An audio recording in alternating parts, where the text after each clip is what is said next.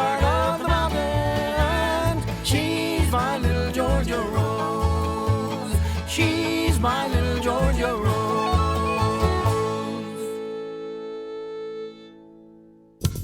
Kiesler Incorporated is in the business of recycling your metal, and they pay cash. The only covered scrapyard around where you can recycle rain or shine. They're located off the bypass on Overhead Bridge Road. Automobiles, appliances, copper, stainless steel, tin, all metals can be recycled at Kiesler, and you can walk away with cash. That's right, they pay cash, and they are the friendliest scrapyard in the Southeast. If you have unwanted metal just laying around, bring it to Kiesler Recycling today and walk away with cash. Kiesler Recycling open Monday through Saturday, 7:30 to 5, or call for more details, 614-3000.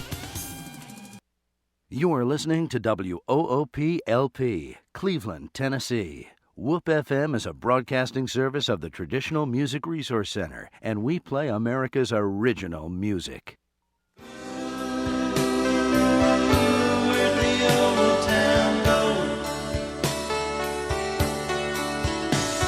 They moved it on north of here in the shopping mall. Ooh, where'd the old town go? Did my hometown get old, or just me? Did all my friends get old, or just me? Are they all gonna have to be told, or just me?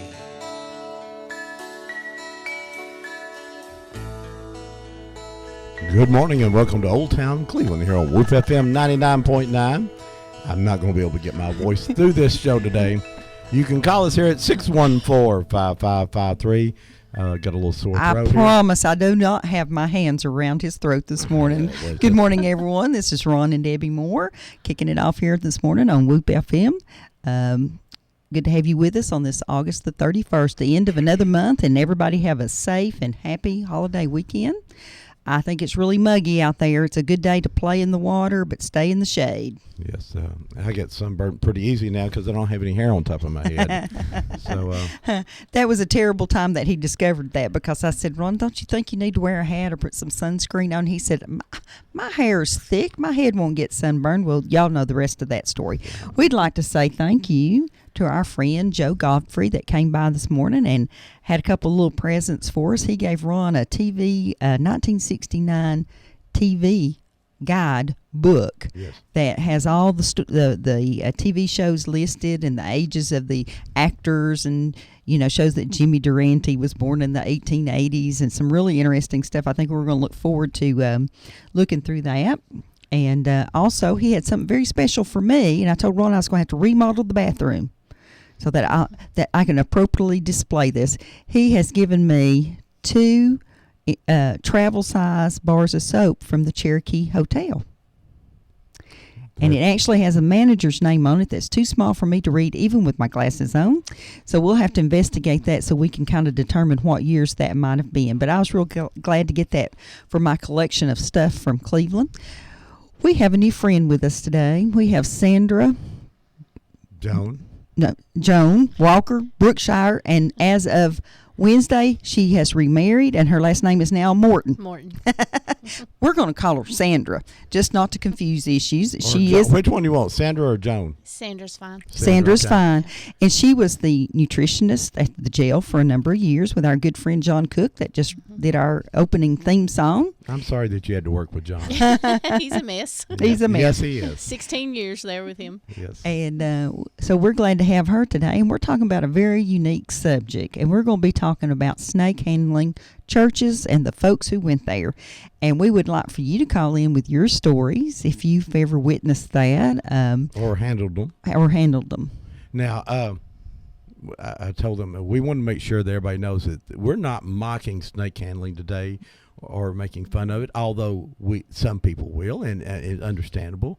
That's not for me. I told Joan we wouldn't have any live demonstrations, or Sandra, we would not have any live demonstrations, and I don't think I could pick up snakes. And there's laughter about it, but also it's just an unbelievable history to this community, because started down here around Alhalla, and here in Cleveland, George Wendt Hensley was appointed to be a preacher by A.J. Thomason in 1910, I believe it was. So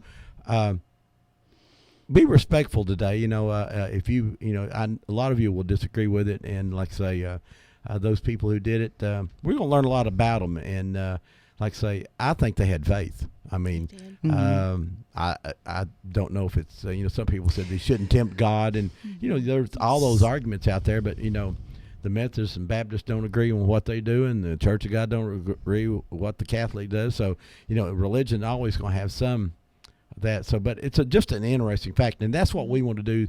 And Joan's family, Sandra's family, was involved somewhat in that. They were witness to it anyway, and we're going to talk about that and things that may have shaken their faith, or things that may have made their faith stronger. So we hope that you will join us today. I'm not aware of anything that's actually going on activity-wise in the community today, so if you have something going on, you can call us here and let us know. But I do know something of great interest to the historians in the areas will be happening on September the 7th, next Saturday. The Tennessee Valley Railroad Museum will be having their Rail Fest, and I think they're offering something new this year. For $20 for 2 days of activities, they show you things down at the train museum that you usually don't get to see. There's train rides to the Missionary Ridge. There's live music, all those kinds of festivities going on. But in addition to that, you can ride a steam locomotive from Chattanooga to Cleveland, and I assume back. It didn't say that it was round trip, but surely it is. And that's an additional charge of $25 a person, and I think children are a little bit cheaper than that. But I think that might be a good time for you to buy your grandpa a ticket and take him and let him ride one more time on a locomotive from Chattanooga to Cleveland. And I think that will be great fun. And, of course, on September the 14th, we have the Cowpea Festival that's going to take place up in Charleston. And I think those activities up there are free. They do like Red Clay State Park. They charge you $5 a car to park. And then most of the activities are free. And then we still have Cleveland Works going on down at the Museum Center at 5 Points. And then something really big coming up that all you car guys are going to want to go to is the Antique Automobile Club of America will be having their Southeastern Festival here in September 19th through 21st. And I understand there'll be cars there that you won't ever see anywhere else. Right, hundreds of cars. And speaking of cars, coming up Sunday, Ron and I are going to drive over to Dawsonville, and we're going to be recording some of the really old dirt track racers that could possibly have run moonshine before they ran in the races. And we're hoping to get those on the film to go with our documentary about dirt track racing. Sandra, tell us a little bit about your family. Who was your mom and dad? My mom was Oscar and Lucille Walker. And where did they grow up at, or where did they live? Well, Daddy grew up in the Silverdale area. Mm-hmm. And, of course, Mama, Alhalla. Mm-hmm. And then Daddy and his family moved to Alhalla, and then they met, never dated. They eloped and got married and was married 41 years. Mm-hmm. Now, what did your dad do for a living? He was a logger to begin with, and he worked in chair factories. He was a finisher of wood, mostly. And what did your mother do? Mama was mostly a stay-at-home mom until we started school, and then she went to work at the dietary department of the old Hamilton County Nursing Home. Okay. Used to, moms stayed home a lot more than they do now. And now you told me your dad basically could do anything in the world except read and write. He could. Okay. He could. People learned how to do, and they were a little bit older, you said. How old were they were born, they were married in 1938, and I wasn't born in 1958. In fact, Daddy told me that God had spoken to him and told him that Mama was pregnant. And he actually told her 2 weeks. So she went to the doctor, and he told her, he said, "You're 2 weeks pregnant." And so here I am. Now, when was your dad born? He was born in 1915, 1950. and Mama 1919. Now, so they were around in the early years Yeah. of the snake handling phenomenon. Now, this is something that people had done, I think, earlier than that, Yeah. but still. I think that George Wynn Hensley sort of organized it into a church instead of just practices. Now, you say that your mom and dad actually attended services with George Wynn Hensley, who's sort of I call him the rock star of snake handling, Yes. in Alhalla down in what's it called, Rainbow Rock, right? Yes. So they were down very early and possibly in what they call Brush Harbors even. Oh, yeah. And so yeah, I've even been in Brush what Harbors. did they say about that? Mama, her dying words was, people talk against it, but it's real. They believed in it. I don't handle snakes, but I'm not saying that if I was to go to a church service, because I'm very spiritual, and God said, you pick up one, I'm not saying I wouldn't do it. But I'm not saying I would either, because I hate snakes. Well, Wendy Bagwell said that in his Yeah. little comedy thing. We played that earlier. There's, if God Yeah. called down to me to pick up a snake, I will, and He hasn't, Right. and I ain't. Right. But Well, let's start with what led to all this with Henley. From what I understand, he had witnessed in West Virginia a woman by the name of Nancy, and I can't pronounce her last name. It starts with a K. He had witnessed her handle snakes up there, and they were out of what we call the Jesus Only Church, which is, I think they call themselves Oneness or Jesus Name now. And he had witnessed her as a young child, and then when they moved down here, it kept bugging him, and so he went up to the mountain to pray. And lo and behold, there was a snake there, and he was able to handle it.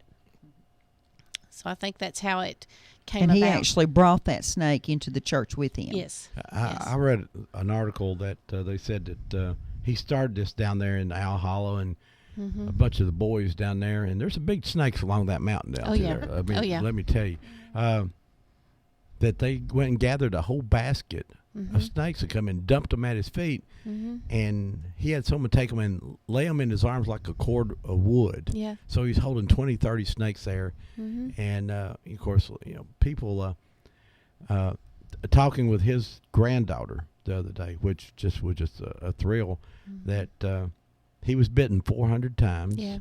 He finally died in 1955 from the last snake bite. George Wynn Hensley had, the reason he probably went to West Virginia, he had been arrested in Tennessee for moonshining and went to jail, escaped from the chain gang, went up north. Then he came back and started the churches here, and he was somewhat of, he married 4 times, had 13 children, known to be a drunkard at times, and so, but at the same time led this church. The Holy, it's a Holiness Signs Following, was that the official name? The Church of God with Signs Following, something like that. My daddy was actually ordained in it. I have his preacher's license at home. But it's the Church of God with Signs Following, of the Pillar of Ground Truth. Right, okay. So now, George Hensley was actually born in Virginia. And then he moved down here, and I think when he ran away, he ran to Ohio, Okay. up north. So. I knew he left here. Yeah, he left here. Well, and let's go back to that moonshining thing. That was just a way to feed your family back in those days, because you have that corn and you could get hardly anything for it, but you mixed it up for a little while, made you some moonshine, and you can make a living. Yeah. And so there wasn't really, I mean, I know it was against the law, but it wasn't. Well, it was against that federal law. federal. Because of taxes. Deb always laughs that I had Methodist preachers in my family. I had The circuit riding moonshiners, Yeah. and then I had Methodist moonshiners. Right. Preachers. One of the favorite stories of the family is there was this one preacher that really had a hard time getting up in front of people, but if he just took one more drink out of his saddle bags off the back of the horse, he was fine for the 2 hours. Now did a great You said job. that your dad moonshine too, didn't he? My grandpa did. Grandpa, Yeah, okay. my grandpa was Henry, and it's pronounced 2 different ways in this area, Kesley or Keesley. my grandpa went by Keesley, and he was a moonshiner. No, did he live down in the holler? He did.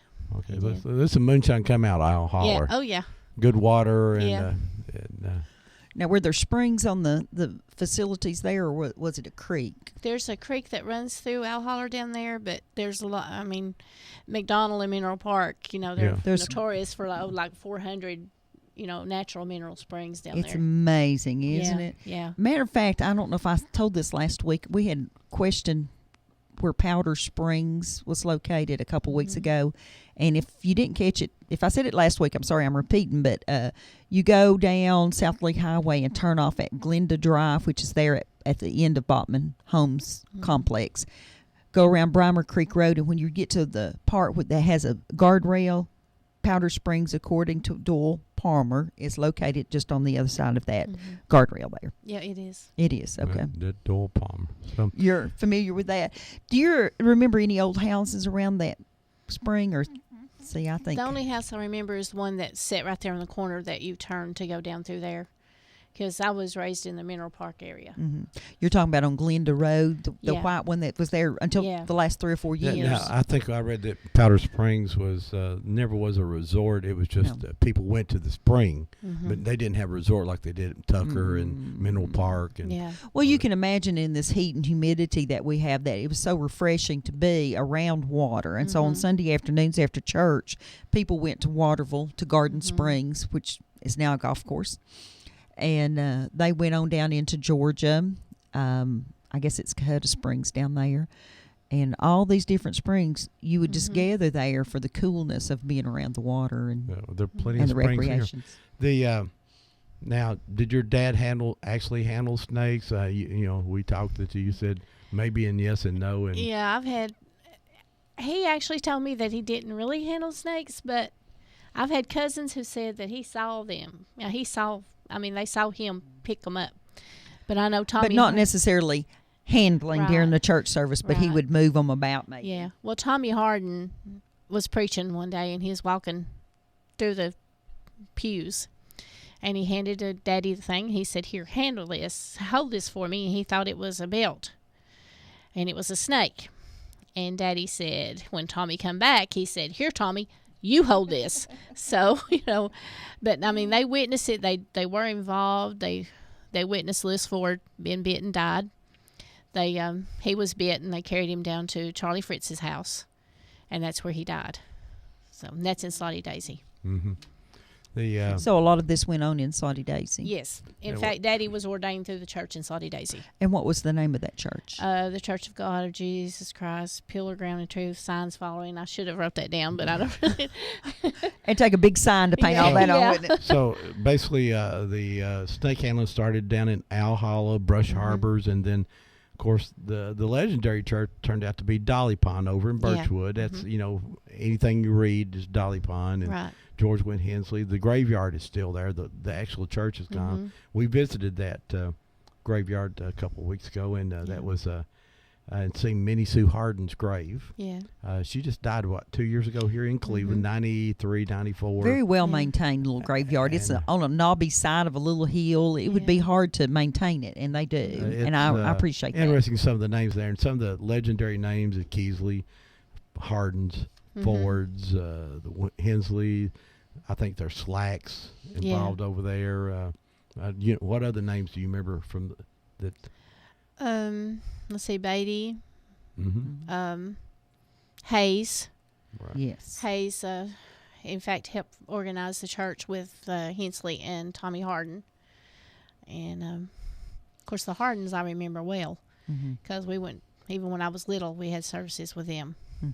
Now, Glenn Cantrell's wife was a Harden. Yeah. Yeah, and so last time we did a show about 3 years ago on it, Glenn actually called us and told us some of the stories. And I Joe- hope he's listening today and will call us again. Joe Little's father was a pastor also At Dolly Dolly Pond. Pond. Oh. Yeah, And a lady named Sue called in the last time we did snake handling too and described what the church looked like, and she said there were no floors. And then when I read the Tennessee snake handling book, it talks about Dolly Pond had no floors, frame building, rafters, and young Joe was there when his dad was preaching, and they brought out the snakes, and he hand over hand, like you're on the monkey bars, swung got out of the church, went out the window. Good morning. You're live on Old Town Cleveland. I just had to call. I called you last time whenever you did this snake handling thing. Who are we talking to? This is Lewis Ford's grandson. Well, talk to us, darling. Talk to us. Well, what do you need to know? Tell us about your grandfather. Well, I never met him. He died before long. He died when my dad was like 8, 9 year old. Yeah. But, you know, I know everybody out there in Birchwood and everything.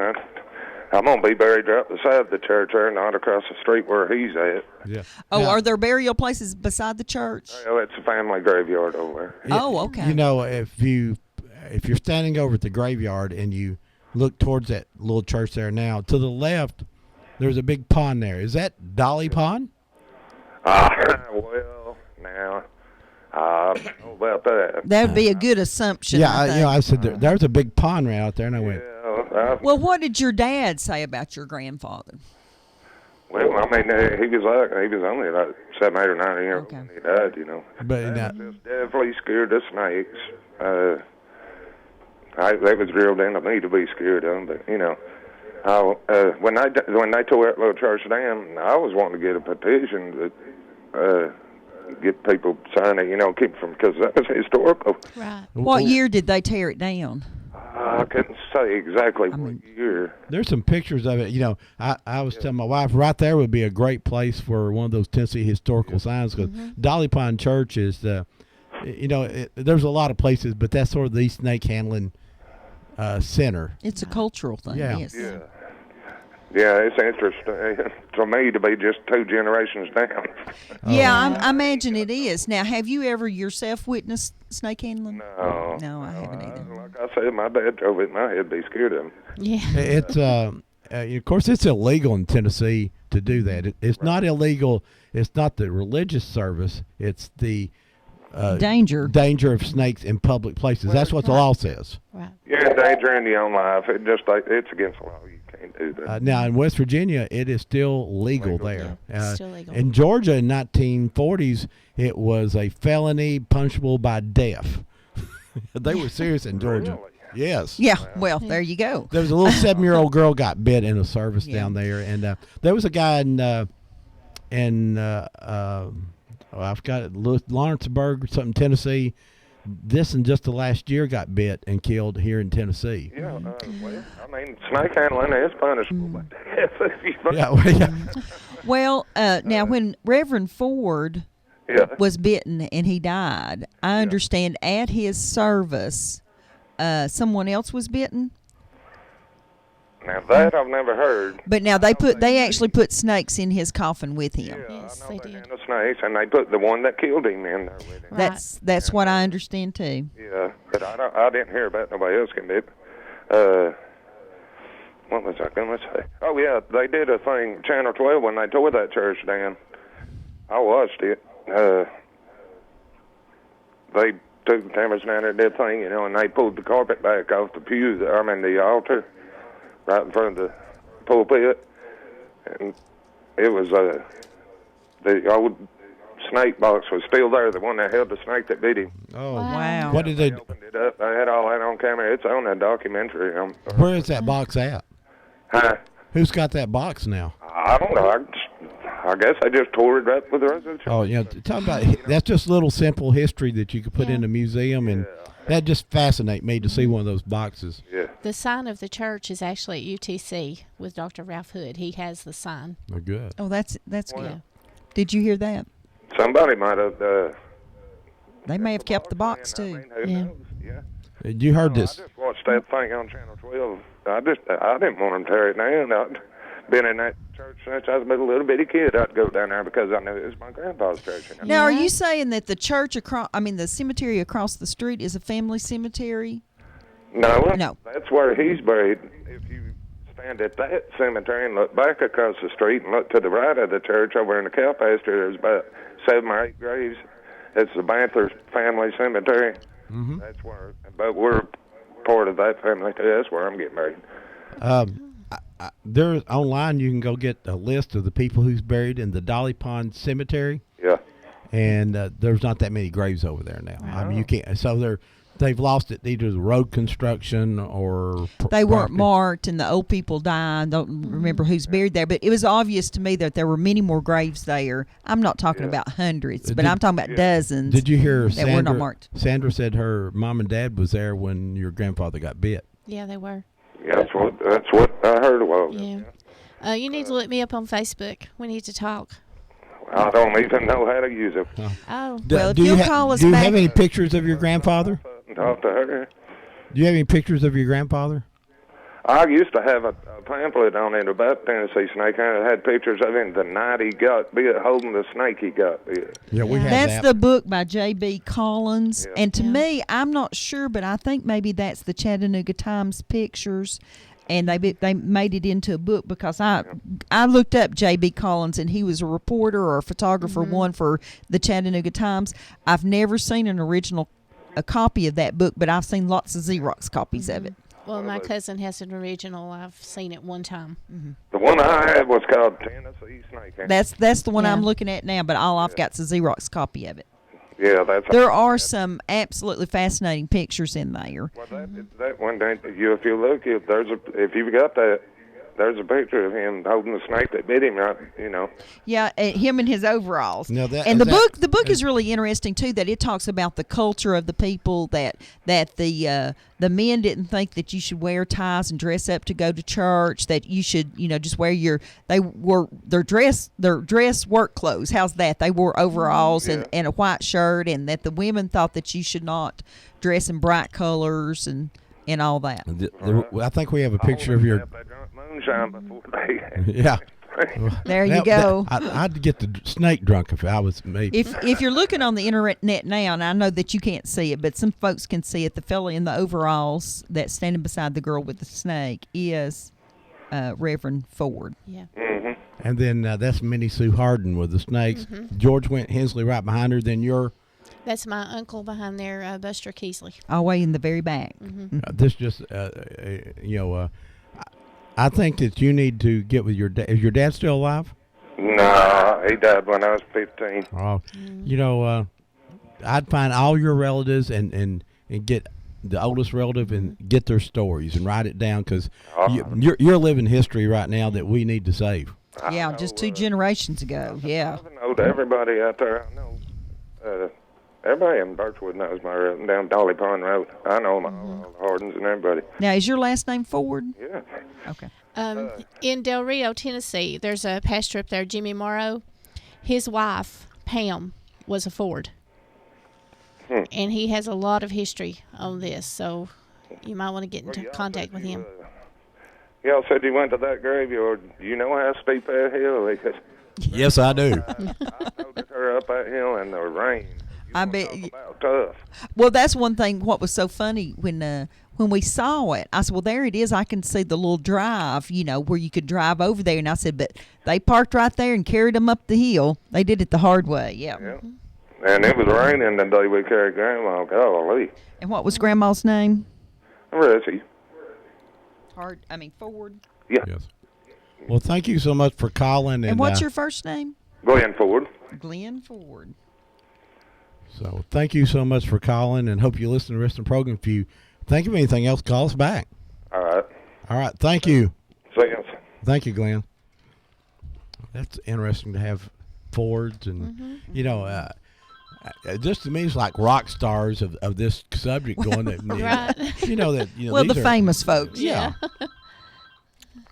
Good morning. You're live on Old Town Cleveland. Good morning, Mr. Ron Deb. How you doing? Hey there, Bullet. How are you feeling, sir? I'm feeling a lot better. I just want to thank Ron for making that question easy on me last night. So you got to win a pizza. He won a pizza. He was called, and he knew all of them, knew the scores, and Well, I wonder who else can do that.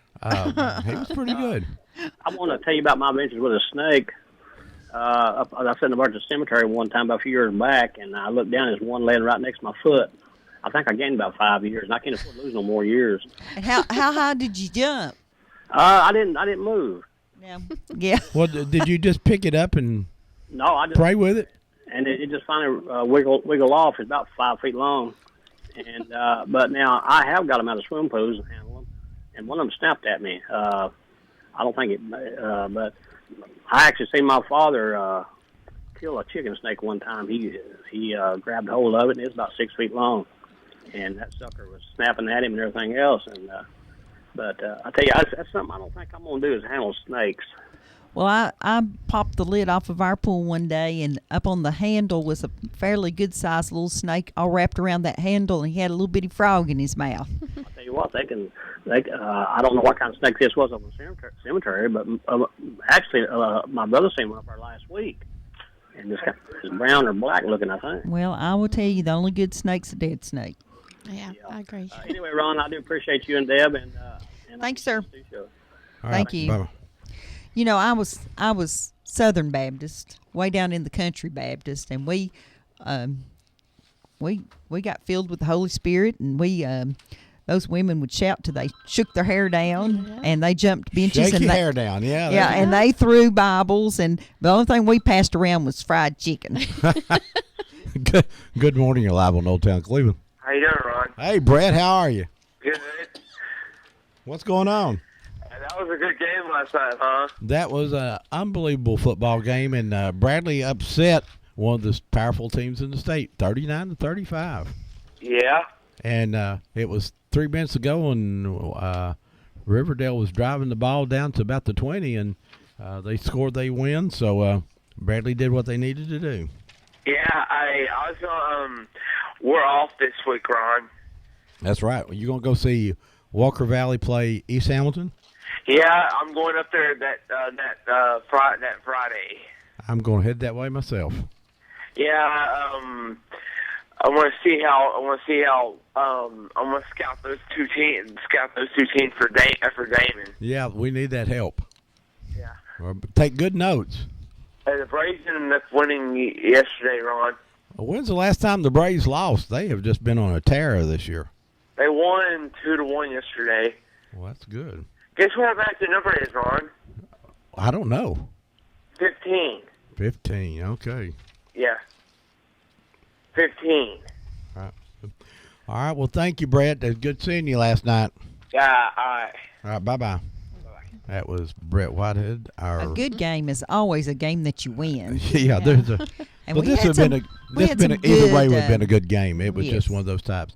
Good morning. You're live on Old Town Cleveland. Good morning. Hey. He's got stringless beans, 3 bushels of beautiful white runner beans.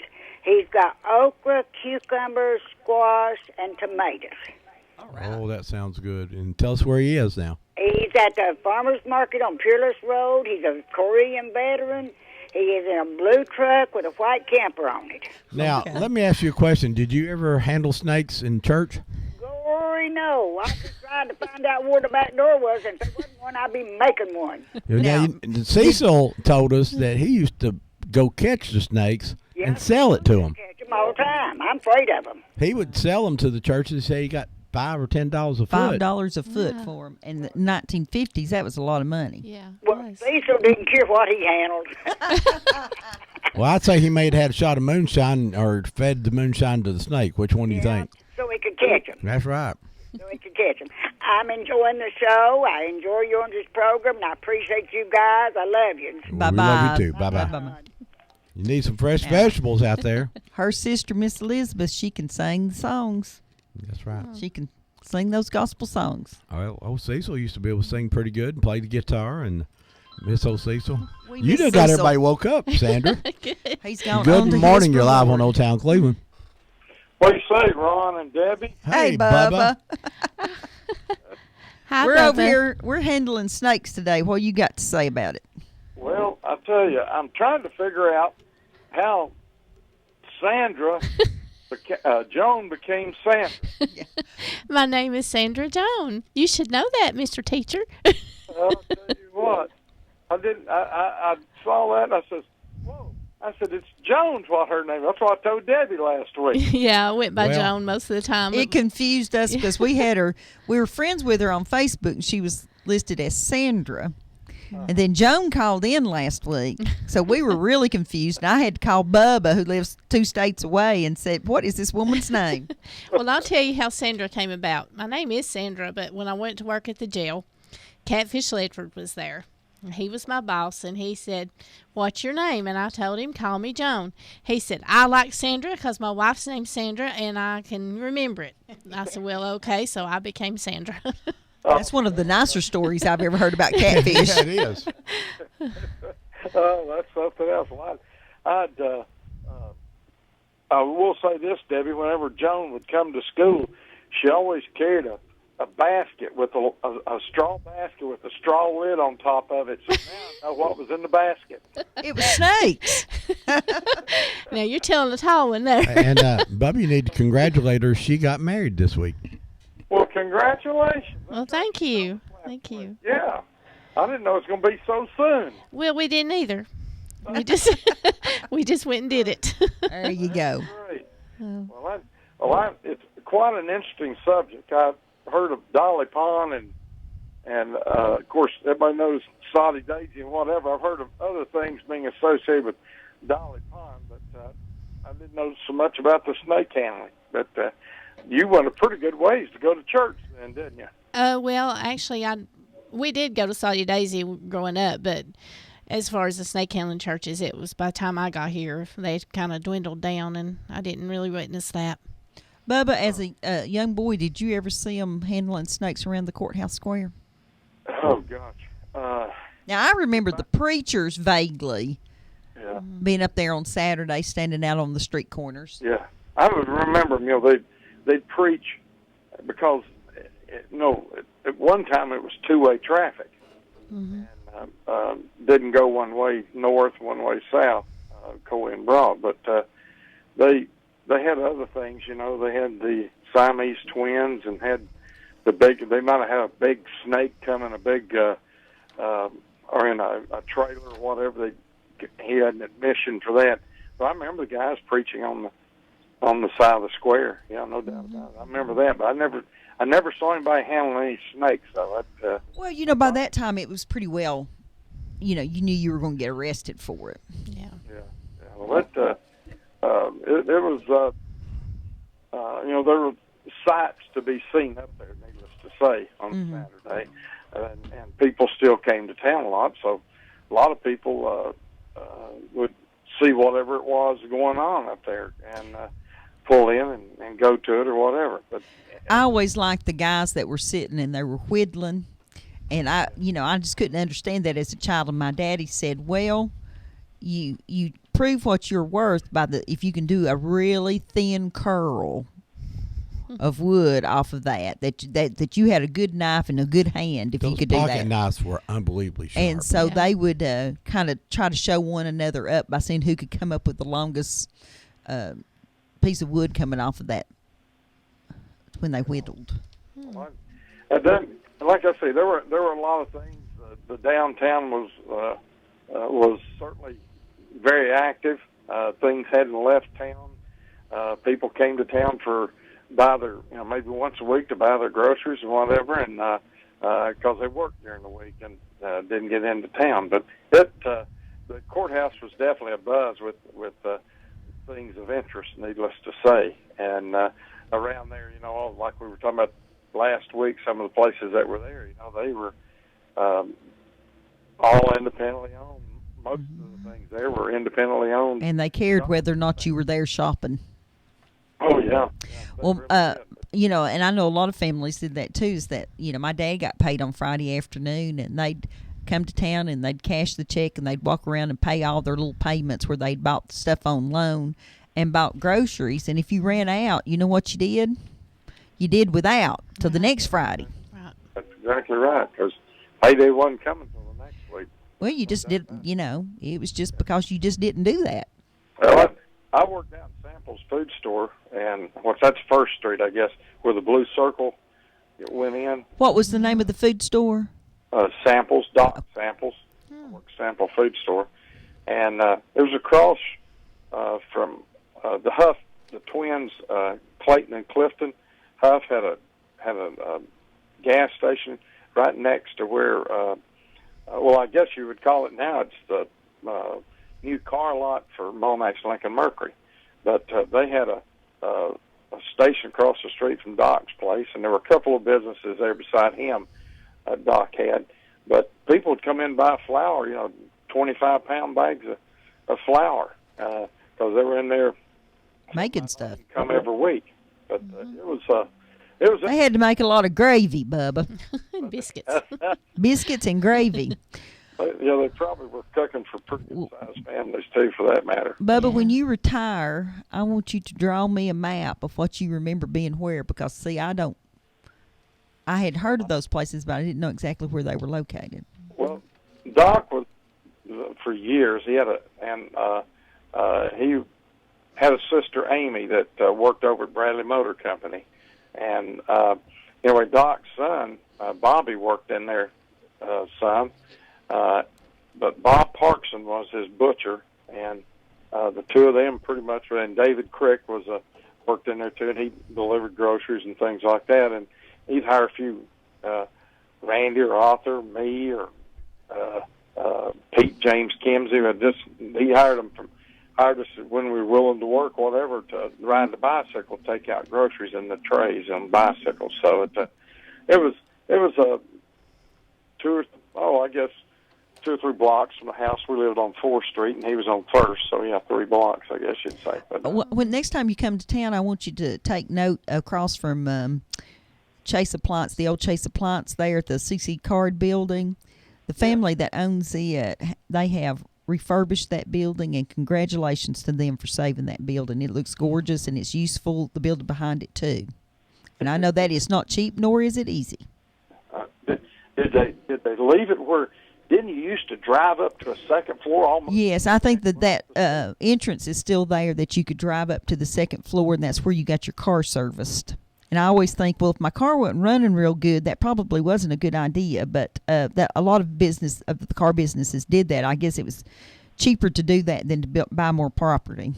Well, there on the corner, when I was in college, the hotel, I think it was Hotel Cleveland, when it burned up. Yes. I was we had a garage apartment, 3 of us guys, and I was in the garage apartment, and of all things, WBAC was skipping. I was picking it up in Murfreesboro, and the story came over that the hotel was on fire there, and we'll never forget that. I couldn't have been no more, probably, I don't know what year it was, but I was over there from 66 to 70, but it seems like it must have been one of the first two years I lived in that garage apartment, had to be. But it was kind of crazy, that you're picking up this radio station coming out of Cleveland that, wasn't all that strong to start with, but I picked it up in Murfreesboro, and it was telling about that fire. So I have something to remember that by for sure.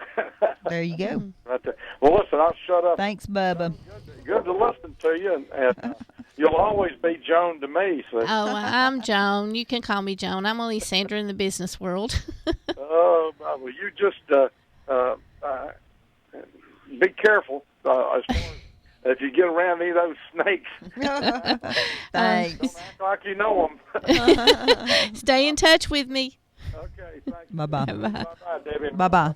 Bubba's on Facebook. He doesn't comment very often. But on the screen right now, if you got the internet, that's Minnie Sue Harden, the Fords. And if you look at the picture there, Sandra, it looks like the snake's coming ready to get on your shoulder there. Yeah. So I thought I'd warn you there wasn't coming your way. Good morning. You're live on Old Town Cleveland. Oh, push the button again. Good morning. You're live on Old Town Cleveland. This is Glenn again. I got our website. I didn't catch her name. Okay. Joan. Okay, go ahead. I got it. It's a Ford site, FORDSIT, 100@yahoo.com. And you can communicate with me through my wife. I don't know how to work on a computer. Okay. I'm just learning myself. So. I think I got it. She'll send you. It's Ford, SITE? Yeah. Okay. Ford site, yeah. All right. Thank you. Okay, we'll see. Thank you, Glenn. Real quick here, I wanted to read what everybody claims is what gives them the authority from the Bible. It's from Mark 16:17-18. And these signs shall follow them that believe in my name shall they cast out devils. They shall speak with new tongues. They shall take up serpents. And if they drink anything deadly, it shall not hurt them. They shall lay hands on the sick, and they shall recover.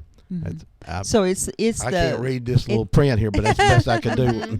with no voice and no eyes this morning. Yes. And if they drink any deadly thing, it shall not harm them. Right. Then I think in Luke it says you could tread upon serpents. Yeah. And they say this what gives them not the authority, the encouragement or the empowerment to handle snakes. I think that says to me that the Lord says I can do those things, but He didn't necessarily say I have to. Yeah. And the Dolly Parton on the front of that this, you should have that much faith. Right. But you don't. Who are you proving it to? The people in the room. You know that the Lord and I know that that's true, and I don't need to prove it. The Dolly Pond Church of God with signs following. What was the official name of the Dolly Pond Church? It was a little that brick block building that would probably hold 30 people, 40 people. It wasn't a big church. No, it's very small. I've been in it one time. My aunt, Lizzie Denton, that's where her funeral was held. Now, was it a frame building or a block building? I remember it being a frame building. I think worked it was with a a frame lady, building. Charlotte Pendergrass, and her daddy was a Denton from Birchwood. Okay, that's probably... He was the big coon hunter over there, so I can't think of his name off the top of my head. Her husband was George Denton, and they had like 13 kids. So yeah, there's a lot of Dentons there in that Birchwood area. Yeah. So I worked with a lady. She brought me some great. We'd done coon hunting. Yeah. And she brought me some great pictures of her dad with just loads of skins and things. That's what they did for a living, was actually hunt. Right. So Well, she was my daddy's sister. There was 13 of them, and they were walkers. So. what is the wildest story you heard when it comes to snake handling? I mean, what have you heard? But now your parents actually witnessed Reverend Ford being bitten. Right. Tell us what they said about that. They said that, Daddy said that God had spoke to him and told him the man in the white shirt was going to reach over and touch the snake, and it was going to flip and to stand back. Well, he told my mother to stand back, and when they did, he touched the snake. Reverend Ford touched the snake. It flipped, and it bit him. And then they took him to Charlie Fritz's house, and they described in detail how he swelled up and how he turned the colors and everything in his body. And within 45 minutes, he had died. Is this the first time he'd ever been bit, or do you know? I'm not sure if it's the first time or not. I just know that. And they were under the impression that he was the first one that had bit and died, but... the man on the front of this Tennessee Snake Handler book is actually my uncle, Reese Ramsey. Mm-hmm. And he was bitten and died. And so also Clint Jackson was my uncle, and he was bitten and died too. Now, where was this at when this happened? I think Reese was in Georgia. I'm not sure. And Clint, I don't know. So, but I know that Reese was facing some trouble with the law because there was a 14-year-old teenager that was handling snakes, and they thought that Reese had handed it to her, which she was underage. And so somehow she stood up for him and said, no, I took it on my own. And that's how he got out of trouble. Mm-hmm. But I have a story about my husband that just passed away in September. Him and his brother-in-law went out, and they found a black snake. And Benny Staten was his brother-in-law. And he said, well, let's take this snake up there to Dolly Pond. So they handle snakes. And Jerry said, I'm not going to ride in the car with that snake. So they put it in the trunk of the car. And they took it up to Dolly Pond, and they put it behind the podium there where they kept the songbooks. And the preacher's wife, and I'm pretty sure it was Benny Staten's sister-in-law. But anyway, she was handing out songbooks that night, and that snake crawled out. And Jerry and Benny was outside watching. And he said that they ran out, jumped out of windows, they ran out the door, and Benny asked his brother, he said, I thought you handled snakes. He said, I do, but not like that. Mm-hmm. So they were very, very conscious of the fact that they could be harmed. And they were scared of the snakes. Okay, now in August of 47 or 48 here in Bradley County, an 18-year-old holiness minister died from a snake bite, and his name was Harry Skelton, and he died, let's see, he was bitten at the Blythe Avenue Mission, where a serpent service was in progress. He was taken to a home on Chippewa Avenue, and later they took him to the hospital, and he was survived by his mother, father and 2 sisters, and he was one of the guys that the movement to get the law changed was over this 18-year-old too. Oh. But that was 46 or 47. Well, I know Reverend Ford, probably his death had a lot to do with it too, about the law. Yes. Yes, Well, that kind of brought it to light because at the funeral someone was bitten. You know, Yeah. it was this horrible chain of events over a course of just a few days Right. that you know, they said, well, we're going to have to step in and stop this. Mm-hmm. And so, what's the professor's name at UTC? It's Ralph Hood. Ralph Hood. And what's his involvement? He's just a researcher. He has done a lot of research, and he's went to a lot of the services. He has a very high respect for the people that do this. Oh, I do too. He's actually co-authored a book with Jimmy Morrow. Good morning. You're live on Old Town Cleveland. Good morning. Hey. I'm glad you turned the phone back on, Ron. Thank you. Sometimes his elbow gets on it. Right. Well, what about Bubba? You gave him 2 hours to talk last week, and he wanted to talk another hour. Well, he wasn't done. He probably could have gone 2 more hours. Oh, I know him, Bubba. He could. I still like where Randy Fox says that he has. Bubba told me he didn't have anything to say, and Randy Fox says, "Lord, he's got enough mouth for 3 sets of teeth." Right. What I wanted to call about and tell you is I was at Hardee's this morning, and I was telling everybody about the program today. And one of the retired ministers there, he's about 86, I think. James Watson is his name, and he said he saw the snake handling down on the courthouse square and saw a man get bit in the hand one day, and it swelled up real bad, and they had to call an ambulance for him. I don't know if he lived or died, but I thought that was real neat. I wished I'd asked James more questions, like what was the date and everything.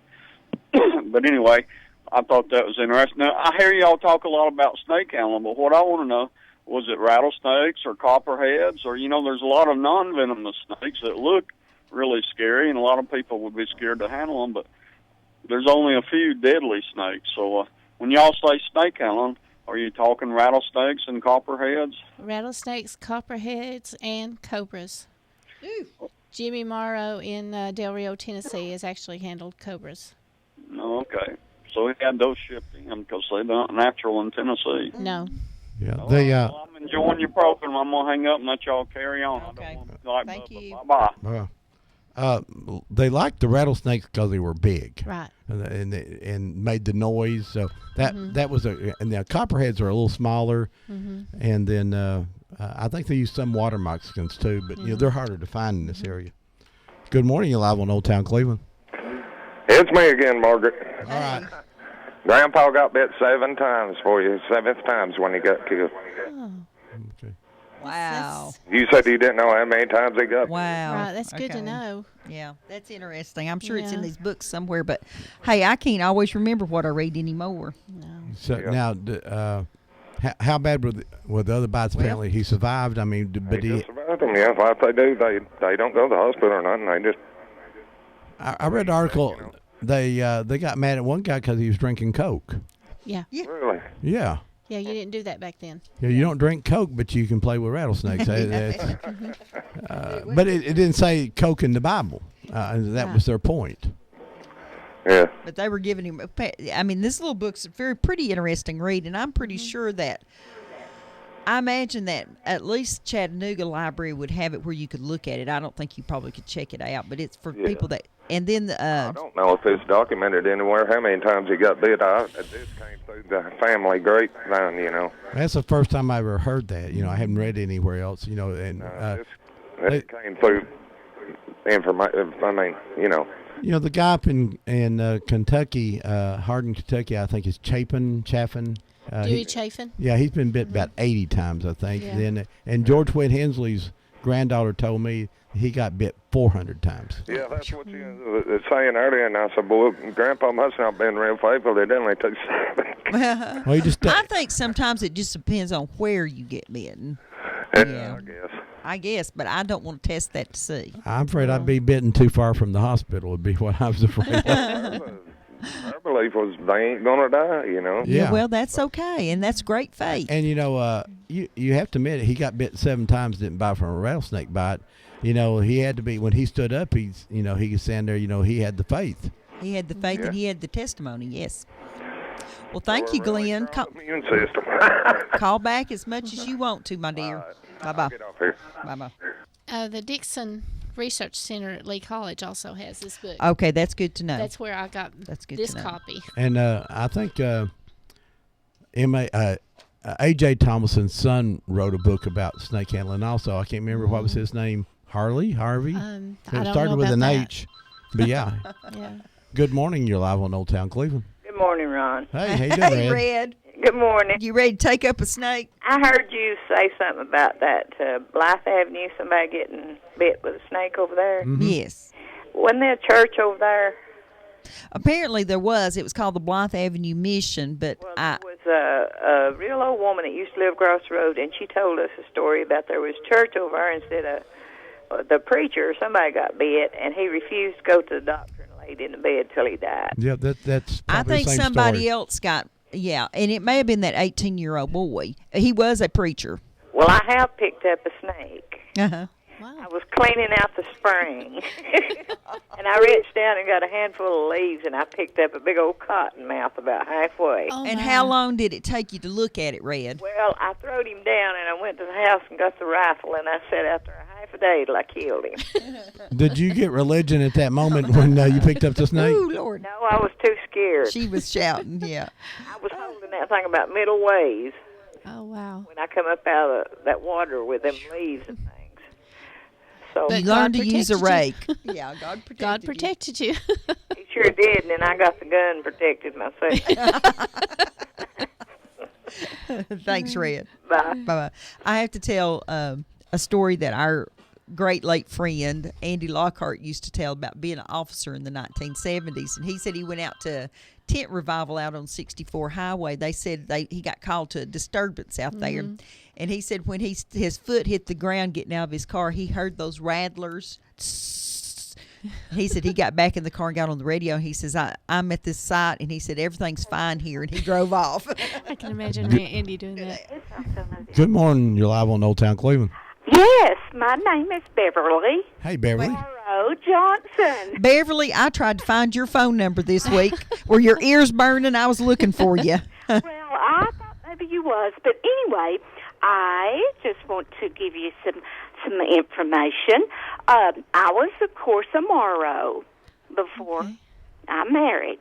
My dad was the pastor at Grasshopper Road Church of God years ago when I was a teenager in high school. All right. I have all kind of notes and church documents and history of people that handle snakes. In fact, I'll give you one. I had a great uncle named Luther Morrow that lived just down the road from the Dolly Pond Church. And on his family history here, it has, he was a farmer, a preacher, and a snake handler. And, of course, he's non-denominational because Dolly Pond Church was a non-denominational church. It is not a Church of God at what we call Keaton 25th Street. Right. I like that. I am a member of the 25th Street in Keith. Yes. But I'm ashamed to say it now because, Lord, there wouldn't nobody in the Church of God even know how to handle a snake if they got enough spirit on them. I hate to say that, but that's the truth. My husband and I are retired Church of God pastor. We pastored Grasshopper Church of God for 18 years. We retired in 2008. But anyway, when I was a child, my mom and dad had those pictures of the Ford man's funeral and also pictures of my Uncle Luther Morrow in church with those big, humongous rattlesnakes around him. So my daddy died last year at the age of 91, and my dad used to tell us how he would go down to Dolly Pond Church because he lived out in there. All of my dad's mother owned all that land out there, from Dolly Pond Church all the way down to the Grasshopper Road Church of God. So my dad was reared out there. But my dad used to tell how they went to Dolly Pond and looked in the windows. Yeah. I think a lot of people did that. What about the Dolly Pond Cemetery? It's just a little bitty thing now, and I've seen a list of the people buried there, and it's got to be a lot bigger than that. You know where it is? You know, I really don't, because I was just, like I said, a teenager back then, and that didn't really interest me that much. But all of our relatives, lived down Dolly Pond Road.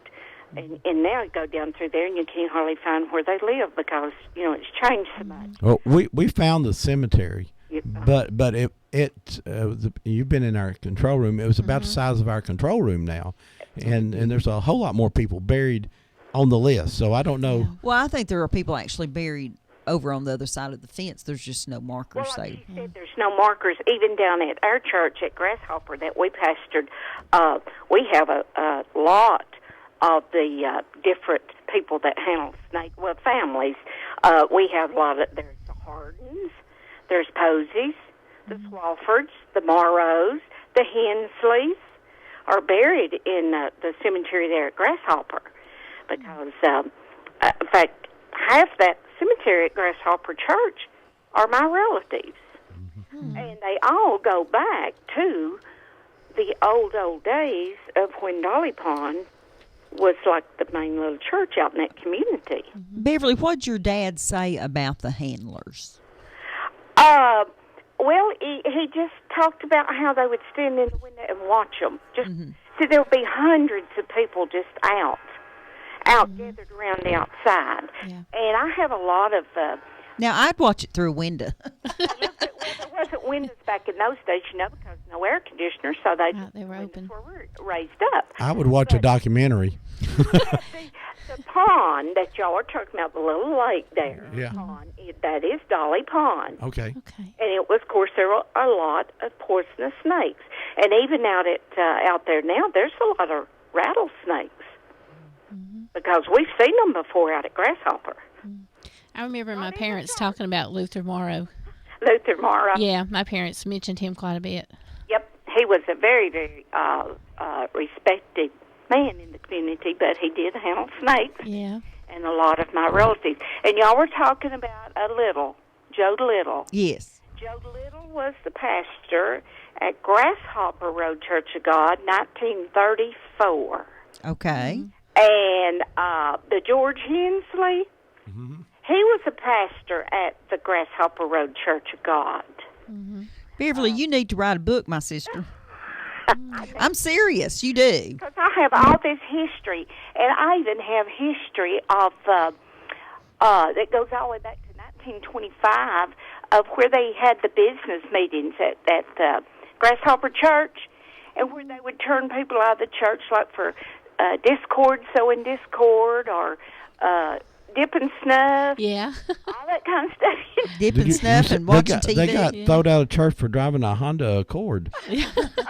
Probably what. Maybe I didn't hear you right. Back then, they drove their horse and buggies to church. Yeah. I know there's two people I know still alive that would really know probably a lot about this, and one of them, is Marshall Robinson.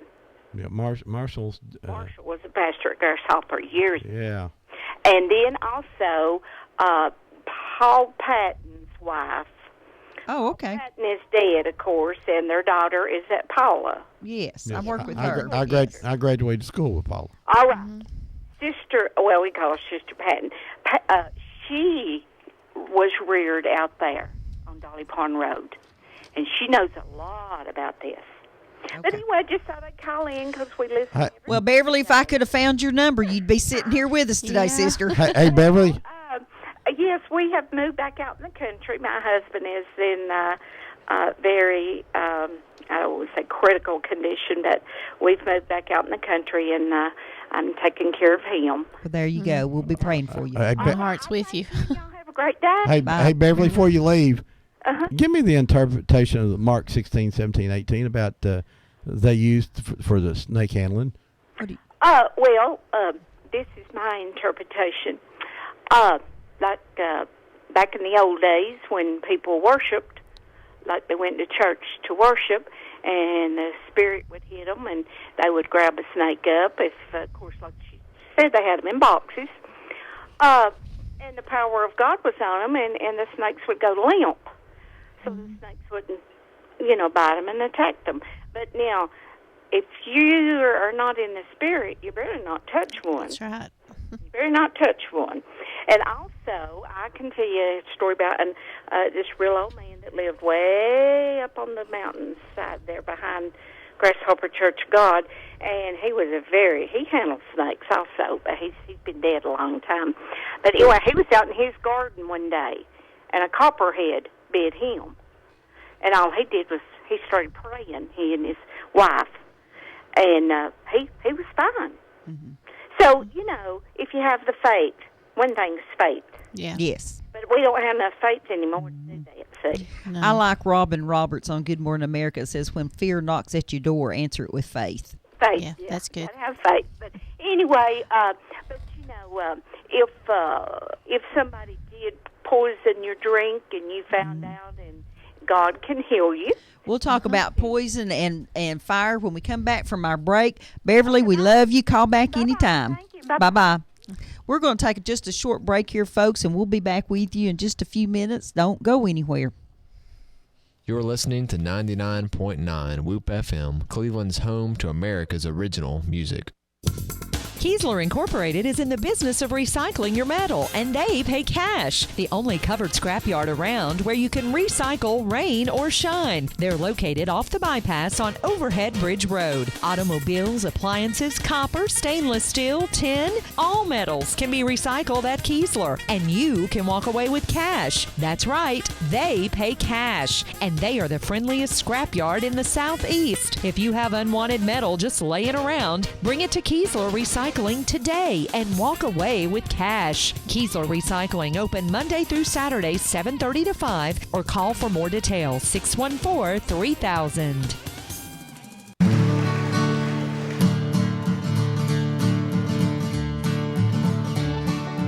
Rustic Flat in Baton Rouge, heading for the train, feeling nearly faded as my jeans.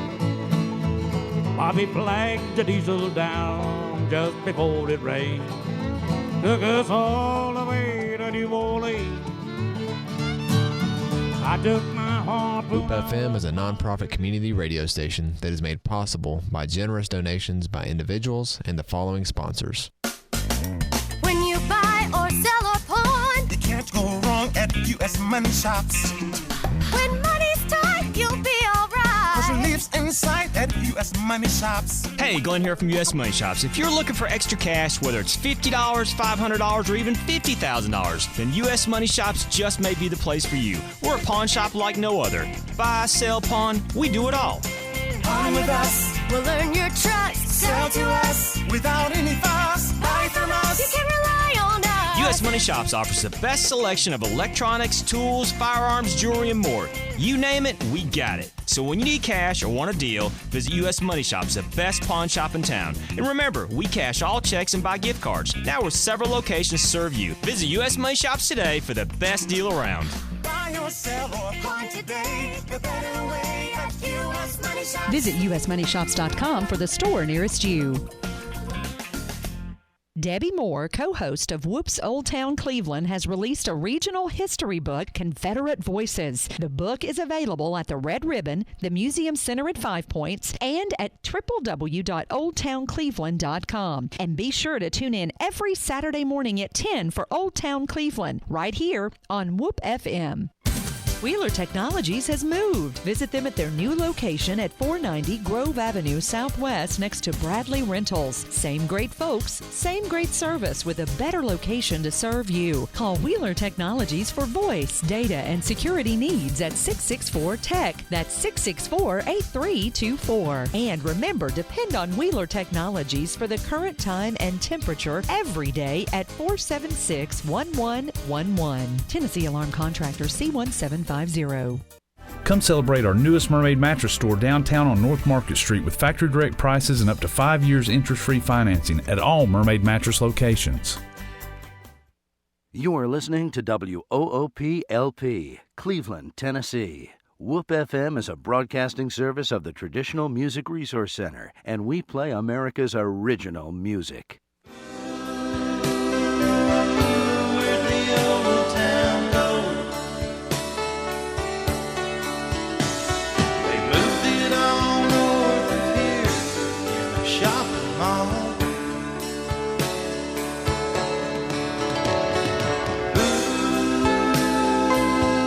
Where'd the old town go?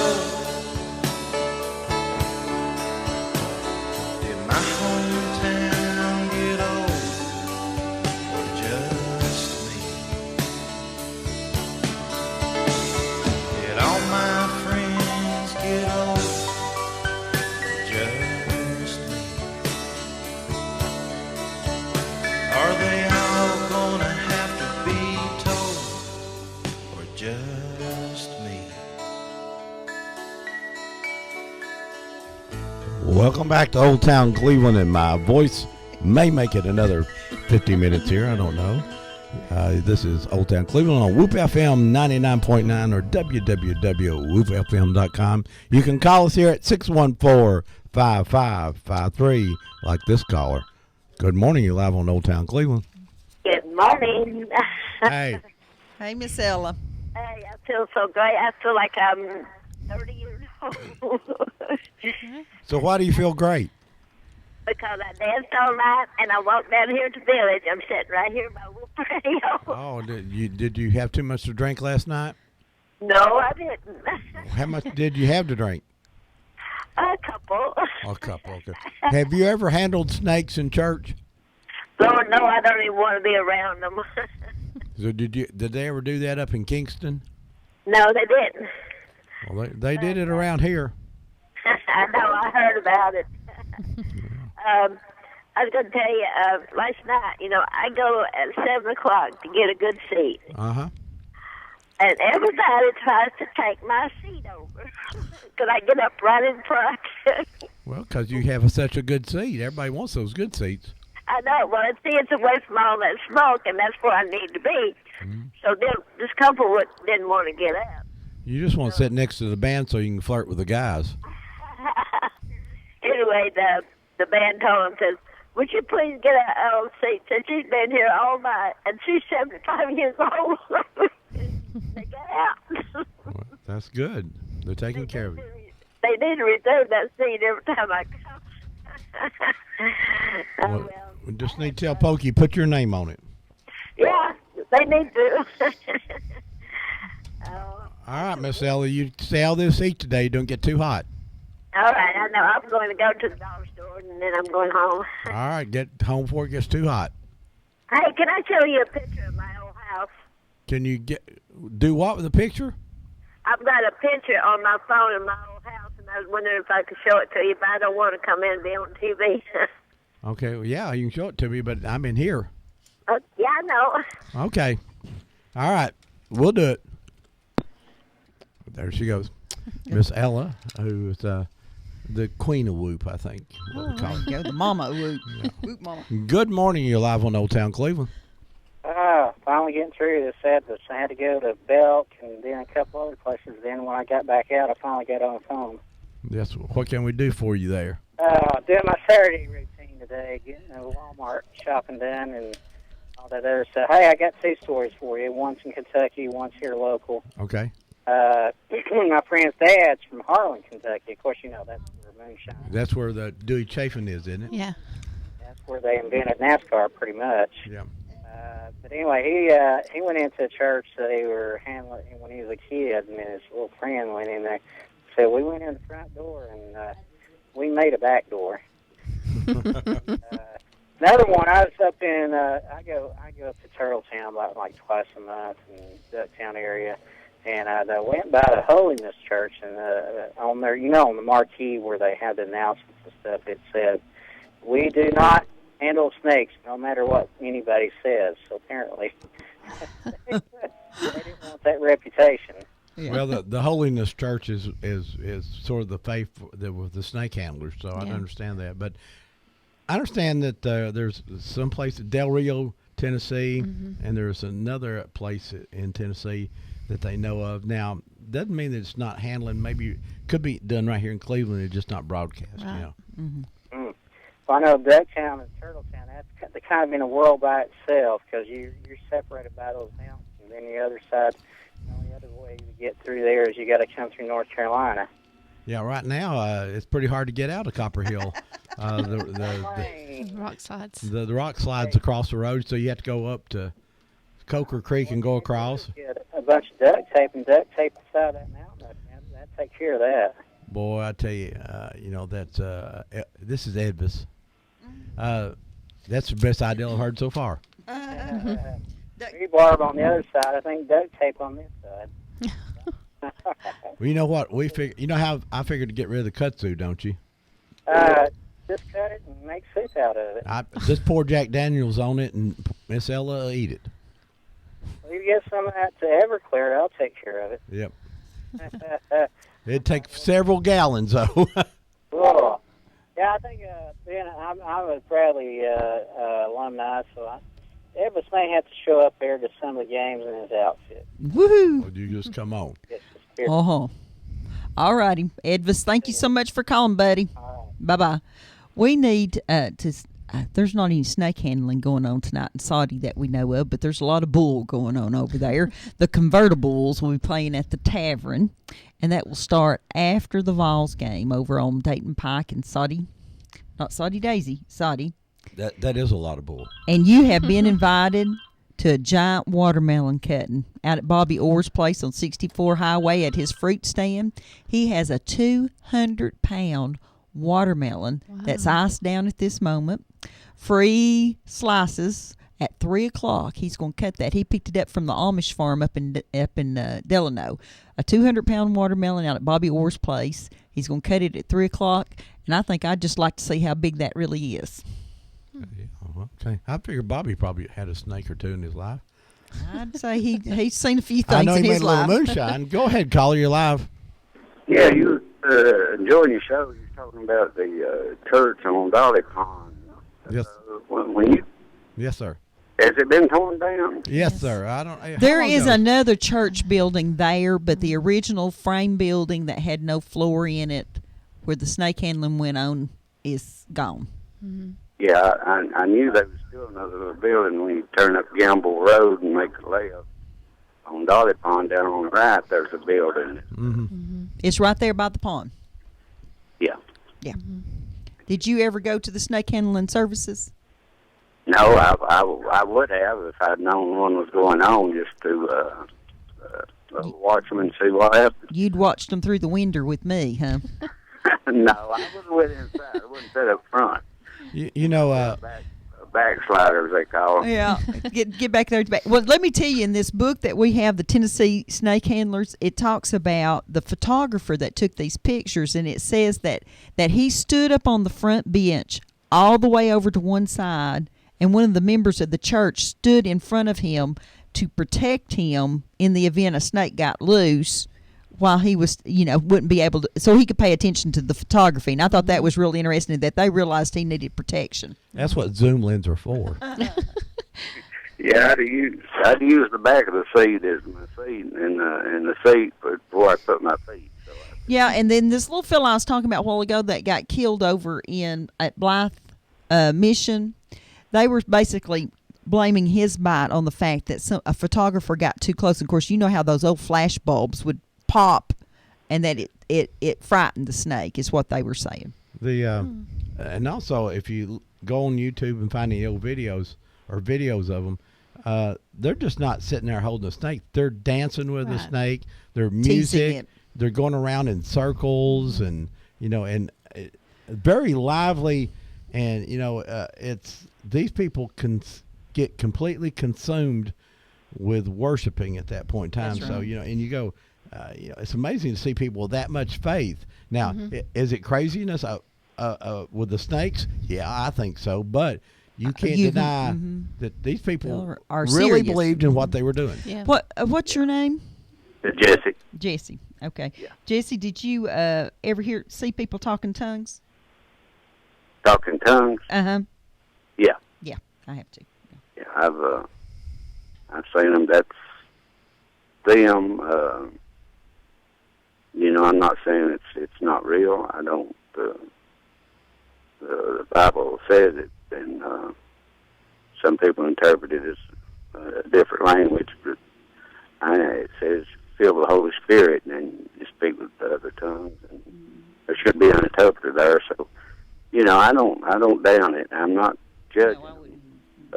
Even the snake handlers, it says that. So, it's just a faith. It is. It's part of faith.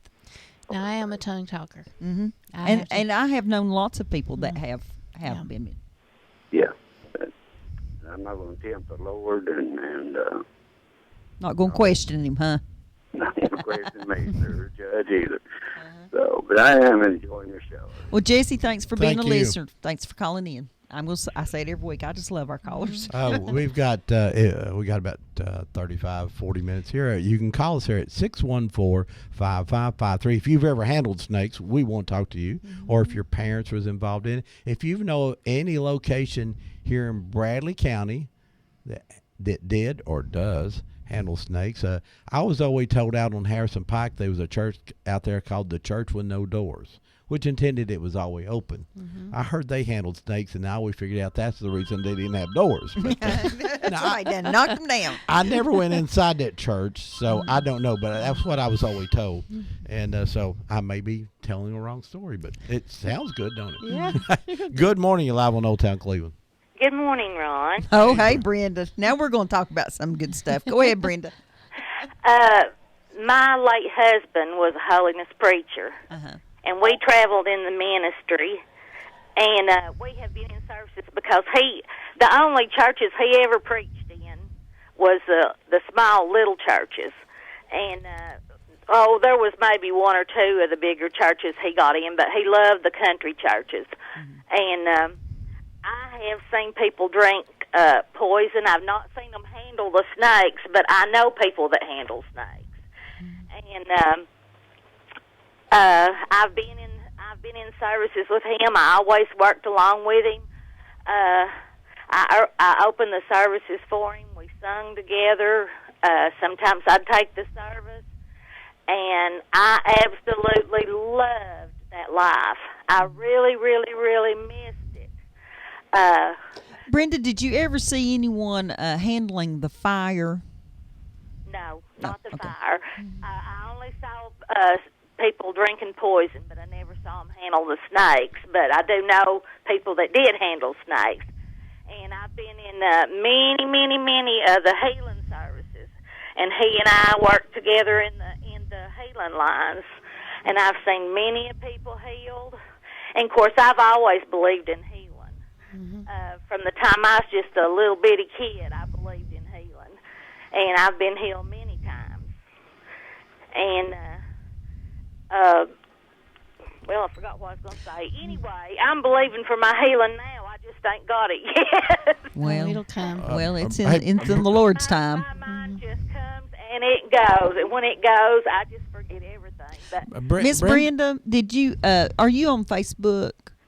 No, Okay. my husband's got a Facebook page, but I don't. You need to go on, get him to go on and be friends with the Old Town Cleveland. I posted some pictures on there the other day of Fields of the Woods when they only had 2 commandments up. Yeah, I've seen pictures of it when they were just building and stuff. But I have looked and looked and looked. I went when we first talked about me having that book and had pictures of my step grandfather in there, and I had some of the where they were drawing out the Fields of the Woods. You had the actual plans, yeah. I did. I laid them out somewhere, and it was about the time that I got sick.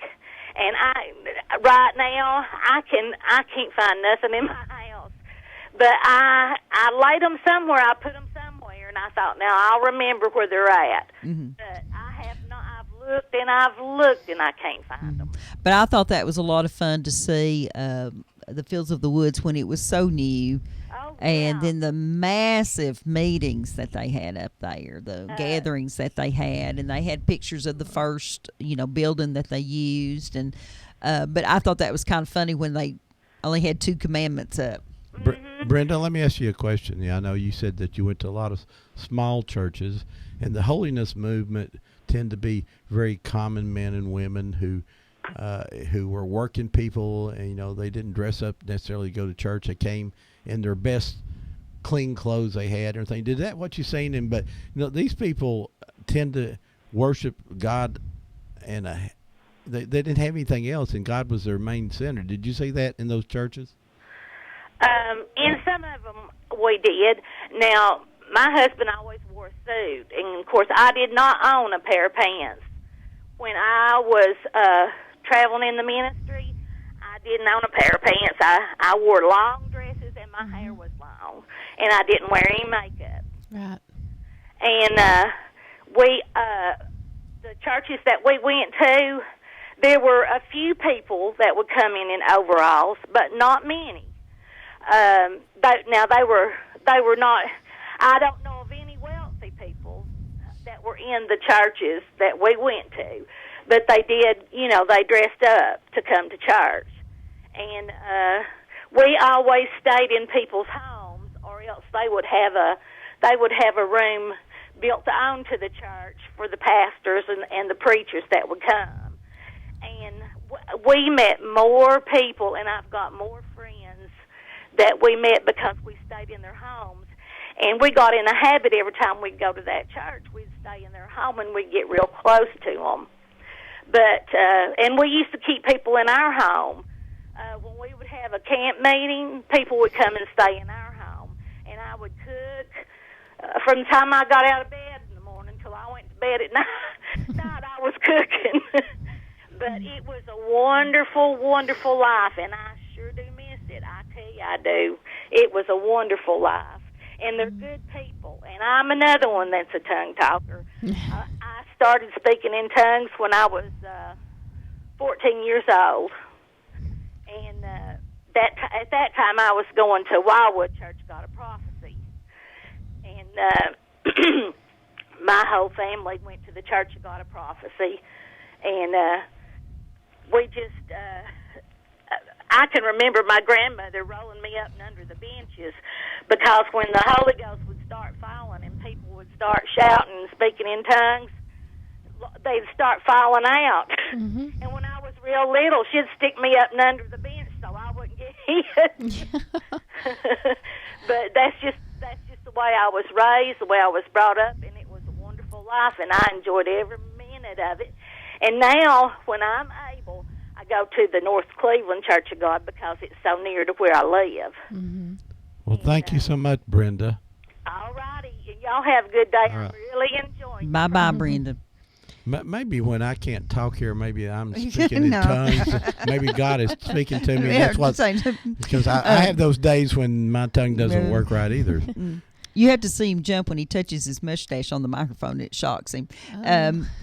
We've been trying for a while now to get Reverend Seals to come over from North Cleveland Church of God. And they sure do keep those preachers busy. Yeah. His grandfather's the one that put up the concrete crosses all across America and around the world even. Some were put up. And one thing that he told me once upon a time is that part of his studies to become a minister is that he had to go to Sand Mountain and watch the snake handlers. Oh, wow. And so that's probably another interesting part of his story. So, yeah, it'd be interesting to see where I don't know I want to go. It's just interesting they still do it. I'm going to go. And I'm going. They don't want us to bring our cameras in anymore. Yeah. No, of course not. No. They don't want Good morning, you're live on Old Town Cleveland. It's me again, Ron. Hey. My daughter said, you didn't tell about your snake deal, did you, Mother? And I said, no. Go ahead. We lived in a house on Rattlesnake Springs Road, where that's at. Had an outside toilet. I went in there and got on the toilet and reached to get the paper, and there was the snake, and I run out there with everything I had down around my feet, and all them men in the parking lot. And you didn't give a darn, did you? But I thought I'd let you know. My daughter said, you need to tell them that. Yeah. What kind of snake was it? It didn't matter. To see. I run with my britches down around my feet. Thank you, darling. Okay. Bye-bye.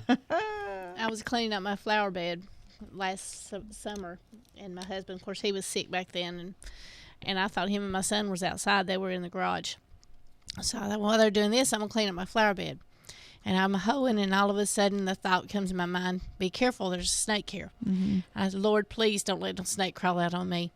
About that time, a big snake, what kind it was, I don't know, crawled to the left. I went to the right. Yeah, so I don't know what it looked like. We are parting ways. Well, the big black snakes are really, they're scary, but they eat the rats, and they eat poisonous snakes. They'll eat the copperheads and rattlesnakes. So just run the black snake off. Don't kill them. Yeah. It's tempting. I think Deb tried to take pictures of 2 crows and a black snake having a fight in our driveway. Oh, I didn't get close enough to get much of a picture. Zoom lens. I was going to mention in this book, one thing that we see too is they have like cans of some kind of insecticide on fire, and they're putting their hands in the fire. I've seen that. Good morning. You're live on Old Town Cleveland. Hi, my name is Teresa Harden. Hey, Teresa. Yes. You're live on the air. Go ahead. My name is Teresa Harden Dean, and George Went Hensley was my great-grandfather. Oh, wow. And you're a Harden. I am a Harden. Okay. Winfred Harden was my dad, and his mother was Rosa Francis, which was George's daughter by his first wife, Amanda. And I don't have a lot of snake stories other than what I've read in the Xerox copy of the book that I have. And I just thought it was very interesting to hear your story this morning, and would like to get some phone numbers and stay in touch. And that would be good. I know George Hensley's daughter by his second wife, Emma Jean, is still alive, and she comes to a lot of our Harden reunions we have in Harrison Bay just about every year. And it's just very interesting, and I enjoy hearing your show. Are you on Facebook with us, Teresa? Yes, ma'am, I am. Teresa Harden Dean. Okay, well, we'll hook you up with Sandra here through Facebook, if you will remind us, and that will be a good way for you guys to exchange your information privately. Did you hear any stories about your grandfather? My dad is in one of the backgrounds, one of the pictures in the Xerox copy of the book that I have. My dad is in the background, Winfred Harden, in his overalls, and I've packed it away because we're moving, but I don't have my hands on it right now. But I do also know that George Hensley, also his fourth wife, which they mentioned, Sarah Norman, was my mother's mother. So he was my grandfather as well. Wow. So, and Sarah, she is buried in the Grasshopper Church. Her name there is Sarah Catherine Ayers. And that was his fourth wife. Now, is your mother still alive? No, my mother, Helen, she passed away in 2004, and Winfred Harden passed away in 2001. And I just don't remember a lot of stories other than looking at the book. Well, it's so nice that you do have the book, and while the book tells the story, I think it's very respectful. Yeah. It doesn't, make fun of it or anything. And then it tells about some other places, Lafayette. Did they live in the Birchwood and 10 Dolly Pond? They lived in Birchwood. They lived back in the holler in Birchwood. Actually, my daddy's brother, Gene, still has the house that they were born in and lived in back off of Grasshopper Road in Harden Holler. I guess I can't remember the name if that's correct or not, but he still has his brothers up there and a sister that still live in Birchwood, Wanda, Neely, and there's Jean and Ed and Levon Harden that still live in Birchwood. So I recognize all those names you mentioned. Now, are any of them old enough to actually have witnessed the snake handling? Ed maybe. My dad was born in 25. He was the oldest of the family. So he probably did. He was the oldest boy of the family, I think. So he did. Like I said, he was a teenager. He's in the background of one of the pictures in that book. Yeah, in this book, too, you can see the legs of a little girl sitting back behind the handlers, and it's a really interesting little book. And I'm like you, I've never seen the original. Yeah, I don't have the original. There was a man that came through, I remember it's a long time ago, to my dad's and gave him this Xerox copy, but I have never seen the the paperback or hardback or ever how they... Now, one thing they do talk about in this book that I'd never heard of is that the men did not shake hands, but they felt like the Bible told them that men were that men were to kiss men on a greeting, and the women kissed women, but you didn't. Yeah, I had never heard that before, but that's in a lot of cultures.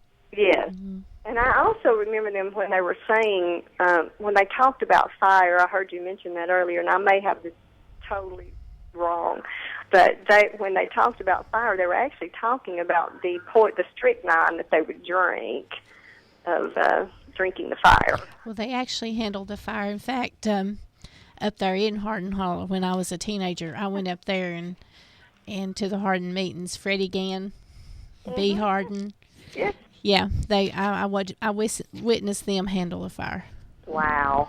I mean, sometimes it's like hot coals, and sometimes it's like rubbing your hand through a flame. And then there are people who have drank poisonous things in addition to that. Now, this was torches. Torches. Oh. Well, I can't take something out of the microwave without getting burned. I know, my curling iron burns my hand. Yeah, there you go. They'd put it around their neck and put it on their hand, and none of them were burned. Wow. Because I do know they talked about, the strychnine, drinking the poison, and that type of stuff as well. I have heard Daddy talk about that, and it's just very interesting. So I'm enjoying your show. Well, thank you so much for calling in. Bye, Teresa. Bye-bye. It's so good to hear these family members and like you and While we don't have a primary witness, we have people who have heard the stories inside their family, and those folks are disappearing. Yeah. We need to get all these people together, and a book just out of these families is got to be made somewhere. Good morning. You're live on Old Town Cleveland. Good morning. I was wanting to ask a question. Go ahead. To the lady that's doing the snake handling. Yes. Well, you're live on the air. Go ahead and ask her. She's listening. Well, my name is Kim Ivins, and hi, Kim. She knows you. This is Joan Walker Brookshire.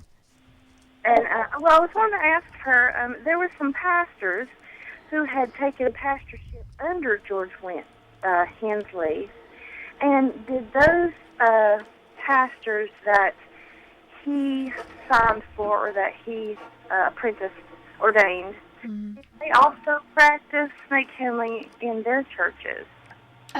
Actually, my daddy was under George Hensley, and he didn't pastor a church. He was just a preacher.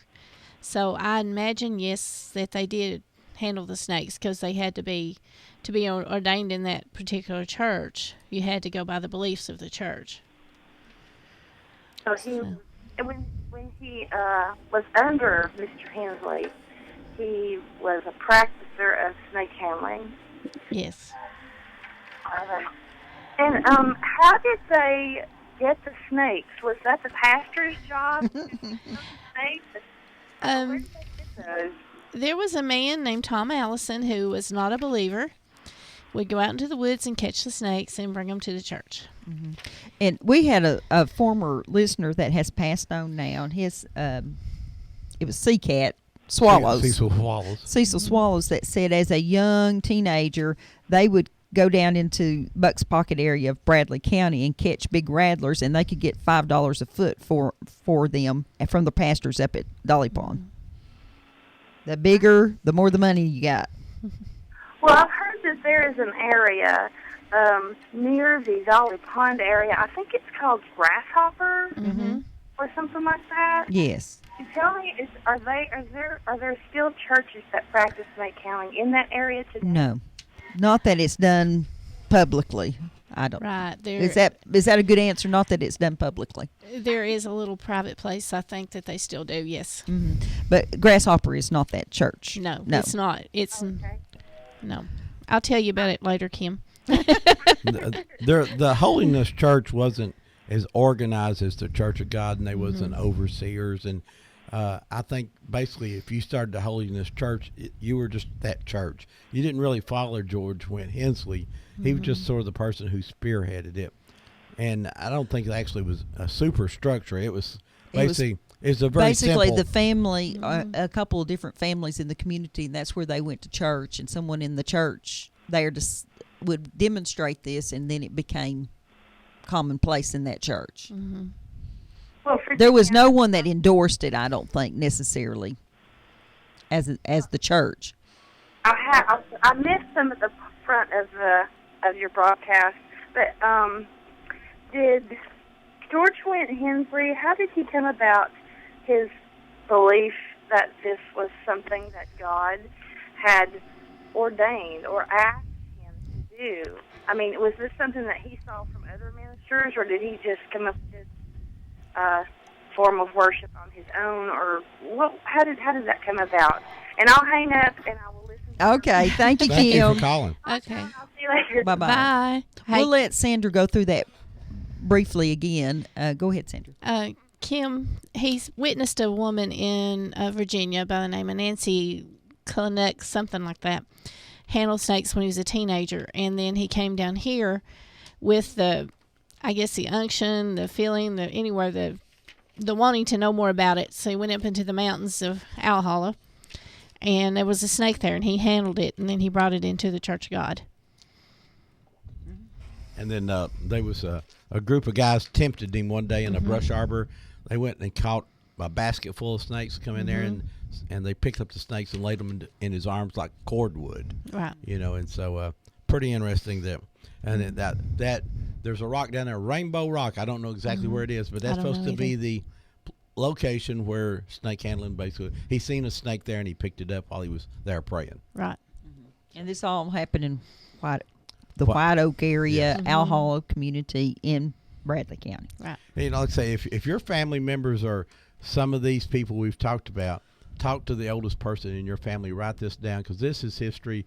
Like I say, not everybody agrees with this. Some people even scorn this. Like I said, but these people had faith. Maybe they interpreted the Bible a lot differently than I did. Yeah. Of course, if you go between all the religions in the world right now, they don't agree on the Bible, and most wars have been fought over religion in our history of the world. So this is just one more thing, and it just, to me, I love mafia stories, and I like this kind of stuff. It's real. This even more because it happened right here, Cleveland, Bradley County, Hamilton County, Birchwood, Soddy Daisy, and people bitten right here in Cleveland, 2 or 3 blocks from where we are right now over on Blythe Avenue. Wow. So we're near the Blythe Avenue School, basically in that area there. The old Blythe Avenue School, I should say. Good morning, you're live. Push it again. Good morning, you're live on Old Town Cleveland. Yeah, this is Steve Andy. Hey, T. Mr. Bandy. T, what's going on? Nah, just calling you about a fish truck coming the 21st of September. The fish truck's coming to the co-op on September the 21st. Yeah. And what are you going to have? It's a bit, little everything. I bet a little bit of bit of this and a little bit of that. Yeah. You got And grass. if they want to order fish, where do they call you? 478-2405. And you suggest that they call, but if by chance it slips up on them, they can just show up that morning and you'll have something. John, you. Or anybody to come up. This was Marilyn Bandy's husband. Yeah. Hey, tell Marilyn Sandra said hi. Okay. This is Sandra from the kitchen at the jail. Yeah, I worked there for 16 years. T, have you ever sang at a church where they handled snakes? No, I didn't. But now you went around with your grandpa when you were little. Yeah, he is a Church of God, but he didn't handle snakes. He didn't handle no snakes. Okay. No, I remember that church over there. So. Now, you lived at Rattlesnake, literally lived at Rattlesnake Springs. Yeah, there wasn't no rattlesnakes up there, though. Well, that's good. Killed all them. Yeah, but apparently it got its name from there. But, yeah, you lived right at the house at Rattlesnake Springs, right over the spring. Yeah. No, I remember Grasshopper and Dolly Pond Road. I dated a little girl from over there. Amaro. There you go. Well, that's one of the That's common one of names. them, yeah. I don't call it dating. I went over to see her and we danced that rock and roll music. Oh my, that got her in trouble. Well, now, good thing you didn't stay with her, because on Sunday morning she probably went to Dolly Pond Church, and you'd got to meet. I don't think she went to Grasshopper Church. Oh. With her for a time or two. Yeah. Okay, T. T's got a fish truck coming on the 21st. How's your knees doing, T? Do what? How's your knees? Oh, they're good shape. If I didn't have this wound on my back side. Oh, well, T, you can order fish from T at 478-2405, and he'll be glad to help you out there on the 21st. Thank you, T. Thank you. Talk to you later, buddy. Yeah.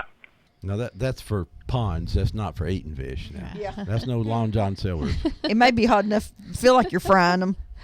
So wow, now, guys. You said you've seen people handle fire. I have. Tell us about those people. Well, this was, like I say, Freddie Gann, which is Tommy Harden's nephew. And he was preaching over, and we had a brush harbor over there. We have prayer meetings at their houses and then to the brush harbor when I was a teenager. And in the course of the service, they would just break out the torches and light the torches, and then they'd run it across their necks and their hands. They'd hold their hands on it, and they weren't burnt. That hurts me to think about it. Yeah. Yeah. And Ida Harden was also Tommy Harden's sister, and Minnie. I've seen Ida handle fire. Yeah, and those little ladies, little conservative ladies, would take off those shoes and walk across those hot coals. Yeah. They sure would. They step on the snakes, too. Yeah. I don't. That makes me hurt to think about it, too. See, there was a movie I said, White Man Can't Jump. You put a rattlesnake. As a matter of fact, I worked at the Sheriff's Department one time. They'd shot a rattlesnake up on White Oak and Misty Ridge out there. And it was big. I mean, it was huge. And they coiled it up by the gas pumps down at the Sheriff's Department. And I backed in and walked around there to get the gas for the patrol car. I can jump. That wasn't the one Jim Lobb brought into the kitchen for me to cook, was it? No, this was at the old jail downtown. Okay. Yeah, but yeah, Jim Lobb wanted you to cook one. We did. We fried a rattlesnake for him. Yes. Rattlesnake is pretty good. Yeah. It said tastes just like chicken. I said, well, just give me chicken. But we were out at a JC convention out west somewhere, and Ron's eating out of one of those little red and white trays like you get French fries and stuff in, and I walked up and just helped myself to whatever he was eating, and I said, boy, that chicken's dry. And he said, well, it's not chicken, it's rattlesnake. So I learned to ask before I helped myself. Yeah, they had rattlesnake chili. I started saying, speaking of good things to eat, Stadium barbecue. Oh, yeah, Stadium barbecue. I had one of those Texas potatoes yesterday. They had brisket and onions and grilled and peppers and all that, and sour cream and butter and barbecue sauce and cheese. Oh my goodness! And then, of course, they've got those banana pudding fried pies. Oh. Yeah. Oh, that's what everybody says. Oh. And I have not had one because I've been on a diet. I did have Deb and I shared one. She got most of it, though. I got no fourth of it. You took 4 big bites. I took 2 little bites. Anyway, it was a. I kept saying this is too hot to eat, and Ron was just shoveling it in. It's cheesecake fried pie. Cherry cheesecake fried pie. And so that's over there right off 17th Street. You can see it from Key Street, Stadium Barbecue. Go over and talk to my buddy Barry over there and tell him you heard it here on Old Town He's Cleveland. got some great old pictures hanging up, too. Good morning. You're live on Old Town Cleveland. Good morning, Ron. Hey. I called back because I lost my mind a while ago when I found it. So. Brenda has now found her mind. Go ahead, Brenda. We will not interrupt you. Brenda, that's not the first time. I had 2 little short stories to tell you. One was when you're under the power of the Holy Spirit and you fall, sometimes you don't hit so easy. Right. And you were talking about faith. Well, I fell one time, and there were so many people in the church. We were all just crowded up against the benches, and we were just all real close. Well, I fell out in the spirit, and my head bounced off the bench, and then it bounced off the concrete. And I hit so hard that, of course, I didn't know it. I was under the spirit. And when they got me up, my husband, he said, "Are you all right?" He said, "You hit awful hard." And then I said, "Yeah, I'm fine." And then some of the other little ladies was asking me, "Are you all right? Your head, you could hear it all over the church." I said, "I'm just fine," because I was under the spirit. I didn't even know nothing about it. And then we were talking about snakes, and after my husband died, I was dating this man, and he was up here helping me in my yard. Well, I had a little pump house over my pond, and which I've covered up the pond now, but my pump house was out there over the pond, and my pond had a leak in it, and we'd fixed it and fixed it and fixed it, and my husband died, and I didn't have anybody to fix it, so I just decided I was going to cover it up. And so I started knocking down the pump house, and I had my hand in there, and I was pulling the pieces of wood apart, and there was seems like it was a cottonmouth. It was down in that little pump house, and I told him, I said, "I'll be back in a minute. I'm going in the house to get a hammer." And he said, "What are you going to get a hammer for?" I said, "I'm going to kill this snake." And he was scared to death of snakes. I said, "I'm going to kill this snake." I said, "Because I don't want the kids out here, and there's a poisonous snake in the yard." So I got that hammer, and I went to hitting that snake, and he run up and got behind my door on the porch.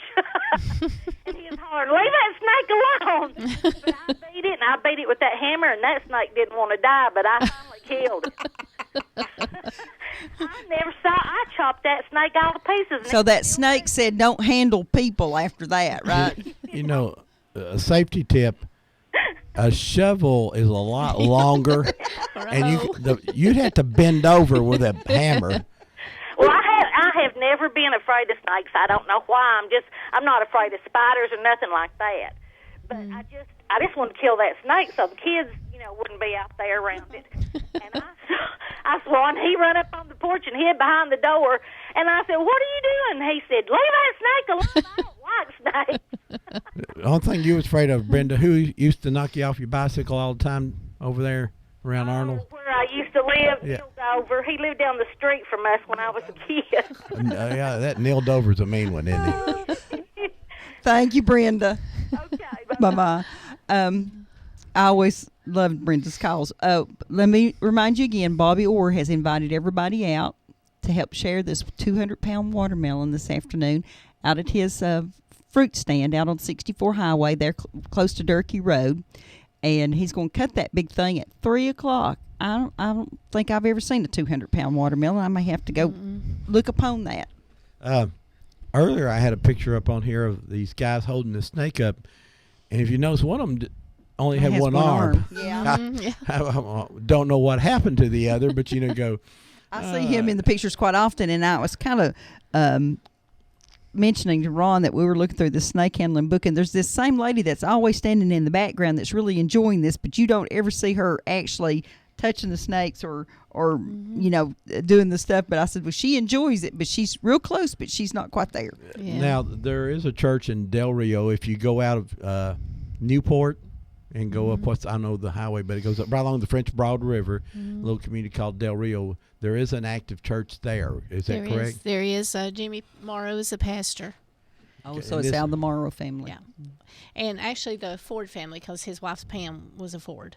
Now, is he very open about that's what they do at the church, or he's very open about it. He's written books. Of course, I have this book right here. I see the tell us what books you have there that people can still buy. This is Handling Serpents by Jimmy Morrow with Ralph Hood as the editor. And then I've got one, Serpent Handling Now, Believers. Ralph Hood, is that the guy at UTC? Yes. Okay. Yeah. So Jimmy Morrow and Ralph Hood. Yeah. Gotta get that. Amazon, maybe? I think Probably. I got both of them off Amazon. No, Okay. no. Ralph Hood sent me this one, but this one came from Amazon, and I've got several more at home. And the other one is called Serpent Handling Believers. By who? This is Thomas Burton. And there was a Kimbrough that wrote some books. And my parents are in the Serpent Hand Believers. Yes, there's a great picture there, and you can see them standing right there with the people we've been talking about. I wanted to mention to you guys that next week, I'm at least 80% sure, we had invited Steve Bivens and his mom that's in her 90s to come in and talk about her growing up here in Cleveland and Bradley County in her 90s. On down the road a little bit in September, we have invited a young man that's been helping us with our racing documentary, and his name is Mike Bell, but not the Mike Bell from McMinn County. It's Mike Bell from Georgia, and he is the historian of racing in this area. And boy, oh boy, I hope that he'll come in one of the days in September to help us out. Kent Inslee's coming in to talk about Buck's Pocket and Sugar Creek in October. The end of September, we have P-Dab and his aunt coming in that I imagine there might be a snake handling story or two there. The museum's coming in with their... October the 17th or 19th. Yeah, they've got a new exhibit starting sometime in October, and we're going to talk about the history down October there. the 19th. And if you haven't been down to see Cleveland Works, it talks about all the old factories, the coffin factory, and, of course, Hardwick's and the clothing industry. You need to go down there and see that. They've remodeled some of the museum. That talks about the early years of industry, and then the next thing that's starting in October will be Cleveland Grows, and it talks about the obituary for the city of Cleveland that appeared in the Cleveland Daily Banner, and it talks about how they came up out of the crisis of the Depression, and I think that that's going to be a really good show too, and we appreciate how much history they're doing at the museum these days. And want to mention our Caney Creek documentary. We want to give a big kudos out to WTNB for showing that on there, and it had several reruns. I've heard a lot of people said they've seen our documentary there. If you haven't seen it, you can, of course, buy a copy of it down at the Museum Center here in Cleveland, the Ducktown Basin Museum, Polk County News, the Charleston Heritage Center also has it, or you can go to www.oldtowncleveland.com, and you can order it directly from there. And also Deb's book, Confederate Voices, they're available at almost all those locations also. Yes. Okay. So now we're coming up on the last 3 or 4 minutes here. Fast 2 hours? It was. I enjoyed it. And I could talk about this for just days and days. This is so interesting, and it's amazing to me how many family members are still around this area and know. I encourage them to, like I say, talk to the oldest member in their families. Look for those pictures. They may have pictures that no one else has seen. Now watch Ron's face here. Ron, when I spent 4 hours last night on the computer trying to download our videos and was really struggling with it, you know what I found? What? We actually have a video of the Starview Drive-In show. Oh, great. And I didn't remember doing it. And all of a sudden I was going, hey, there's Pino Odom.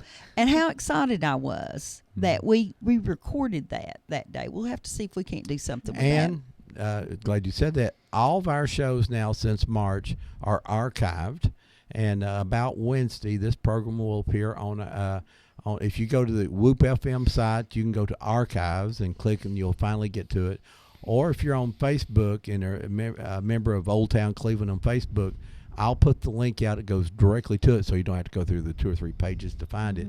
And you can watch it from there. We have to thank Lisa that works here for making sure that gets on every week. And it's great. And, we're seeing 25, 30 people watch it every week of all of our shows, which is just really great that we have that many people who rewatch or listen to it. And you got any final words? Well, there's one more church. It's in Lafayette, Tennessee. Yes. Andrew Hamlin, Tabernacle Church of God. Say that one more time. It's Tabernacle Church of God. Tabernacle. Andrew Hamlin he's a young pastor in his 20s. I think I got a picture of it. Yeah. Wait a minute, I got a picture of it. Yeah, go ahead. You do. Anyway, he's very open with it too. Oh, he's the very young He's the preacher. very young one. Yeah. He's for those of you who don't have us on the internet. I made a comment earlier that this is one of the few colored pictures that we have, which tells the age of the events. A lot of times, all the rest of our pictures are in black and white. But this is a very young man, 21 years old, that takes up the serpents. CNN Anderson Cooper show did a story about this church and interviewed this young man, and he's holding it, and he dances around, and his other members of his family, and so it's a good. As a matter of fact, I put a link to it on Old Town Cleveland too. So, folks, we appreciate all your calls, and we appreciate all the respect and that we showed to the subject here today.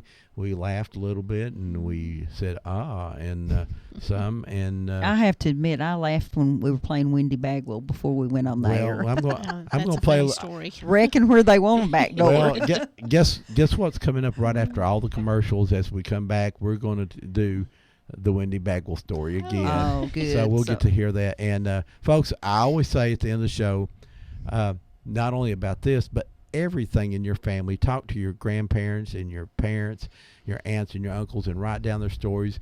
Go get those old pictures out of the closet, out of the shoebox, out of the drawers, and get somebody to start writing names down on it.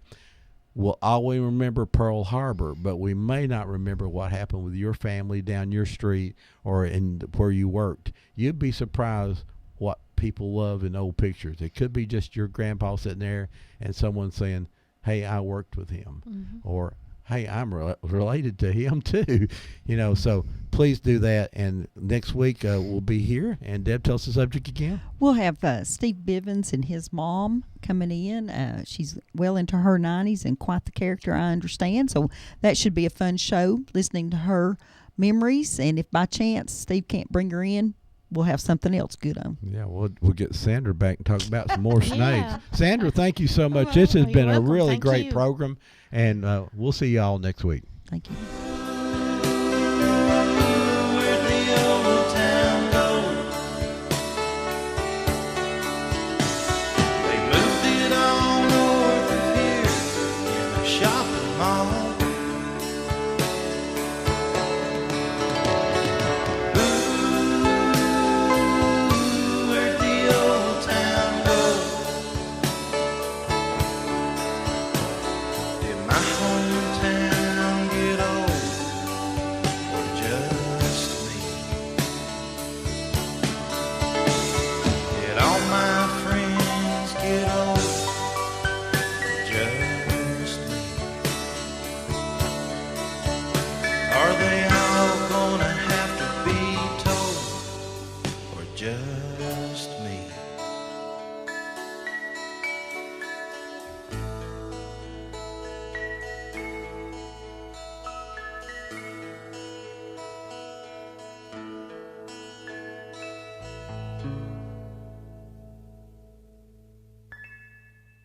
You are listening to WOOP-LP, Cleveland, Tennessee. WOOP FM is a broadcasting service of the Traditional Music Resource Center, and we play America's original music.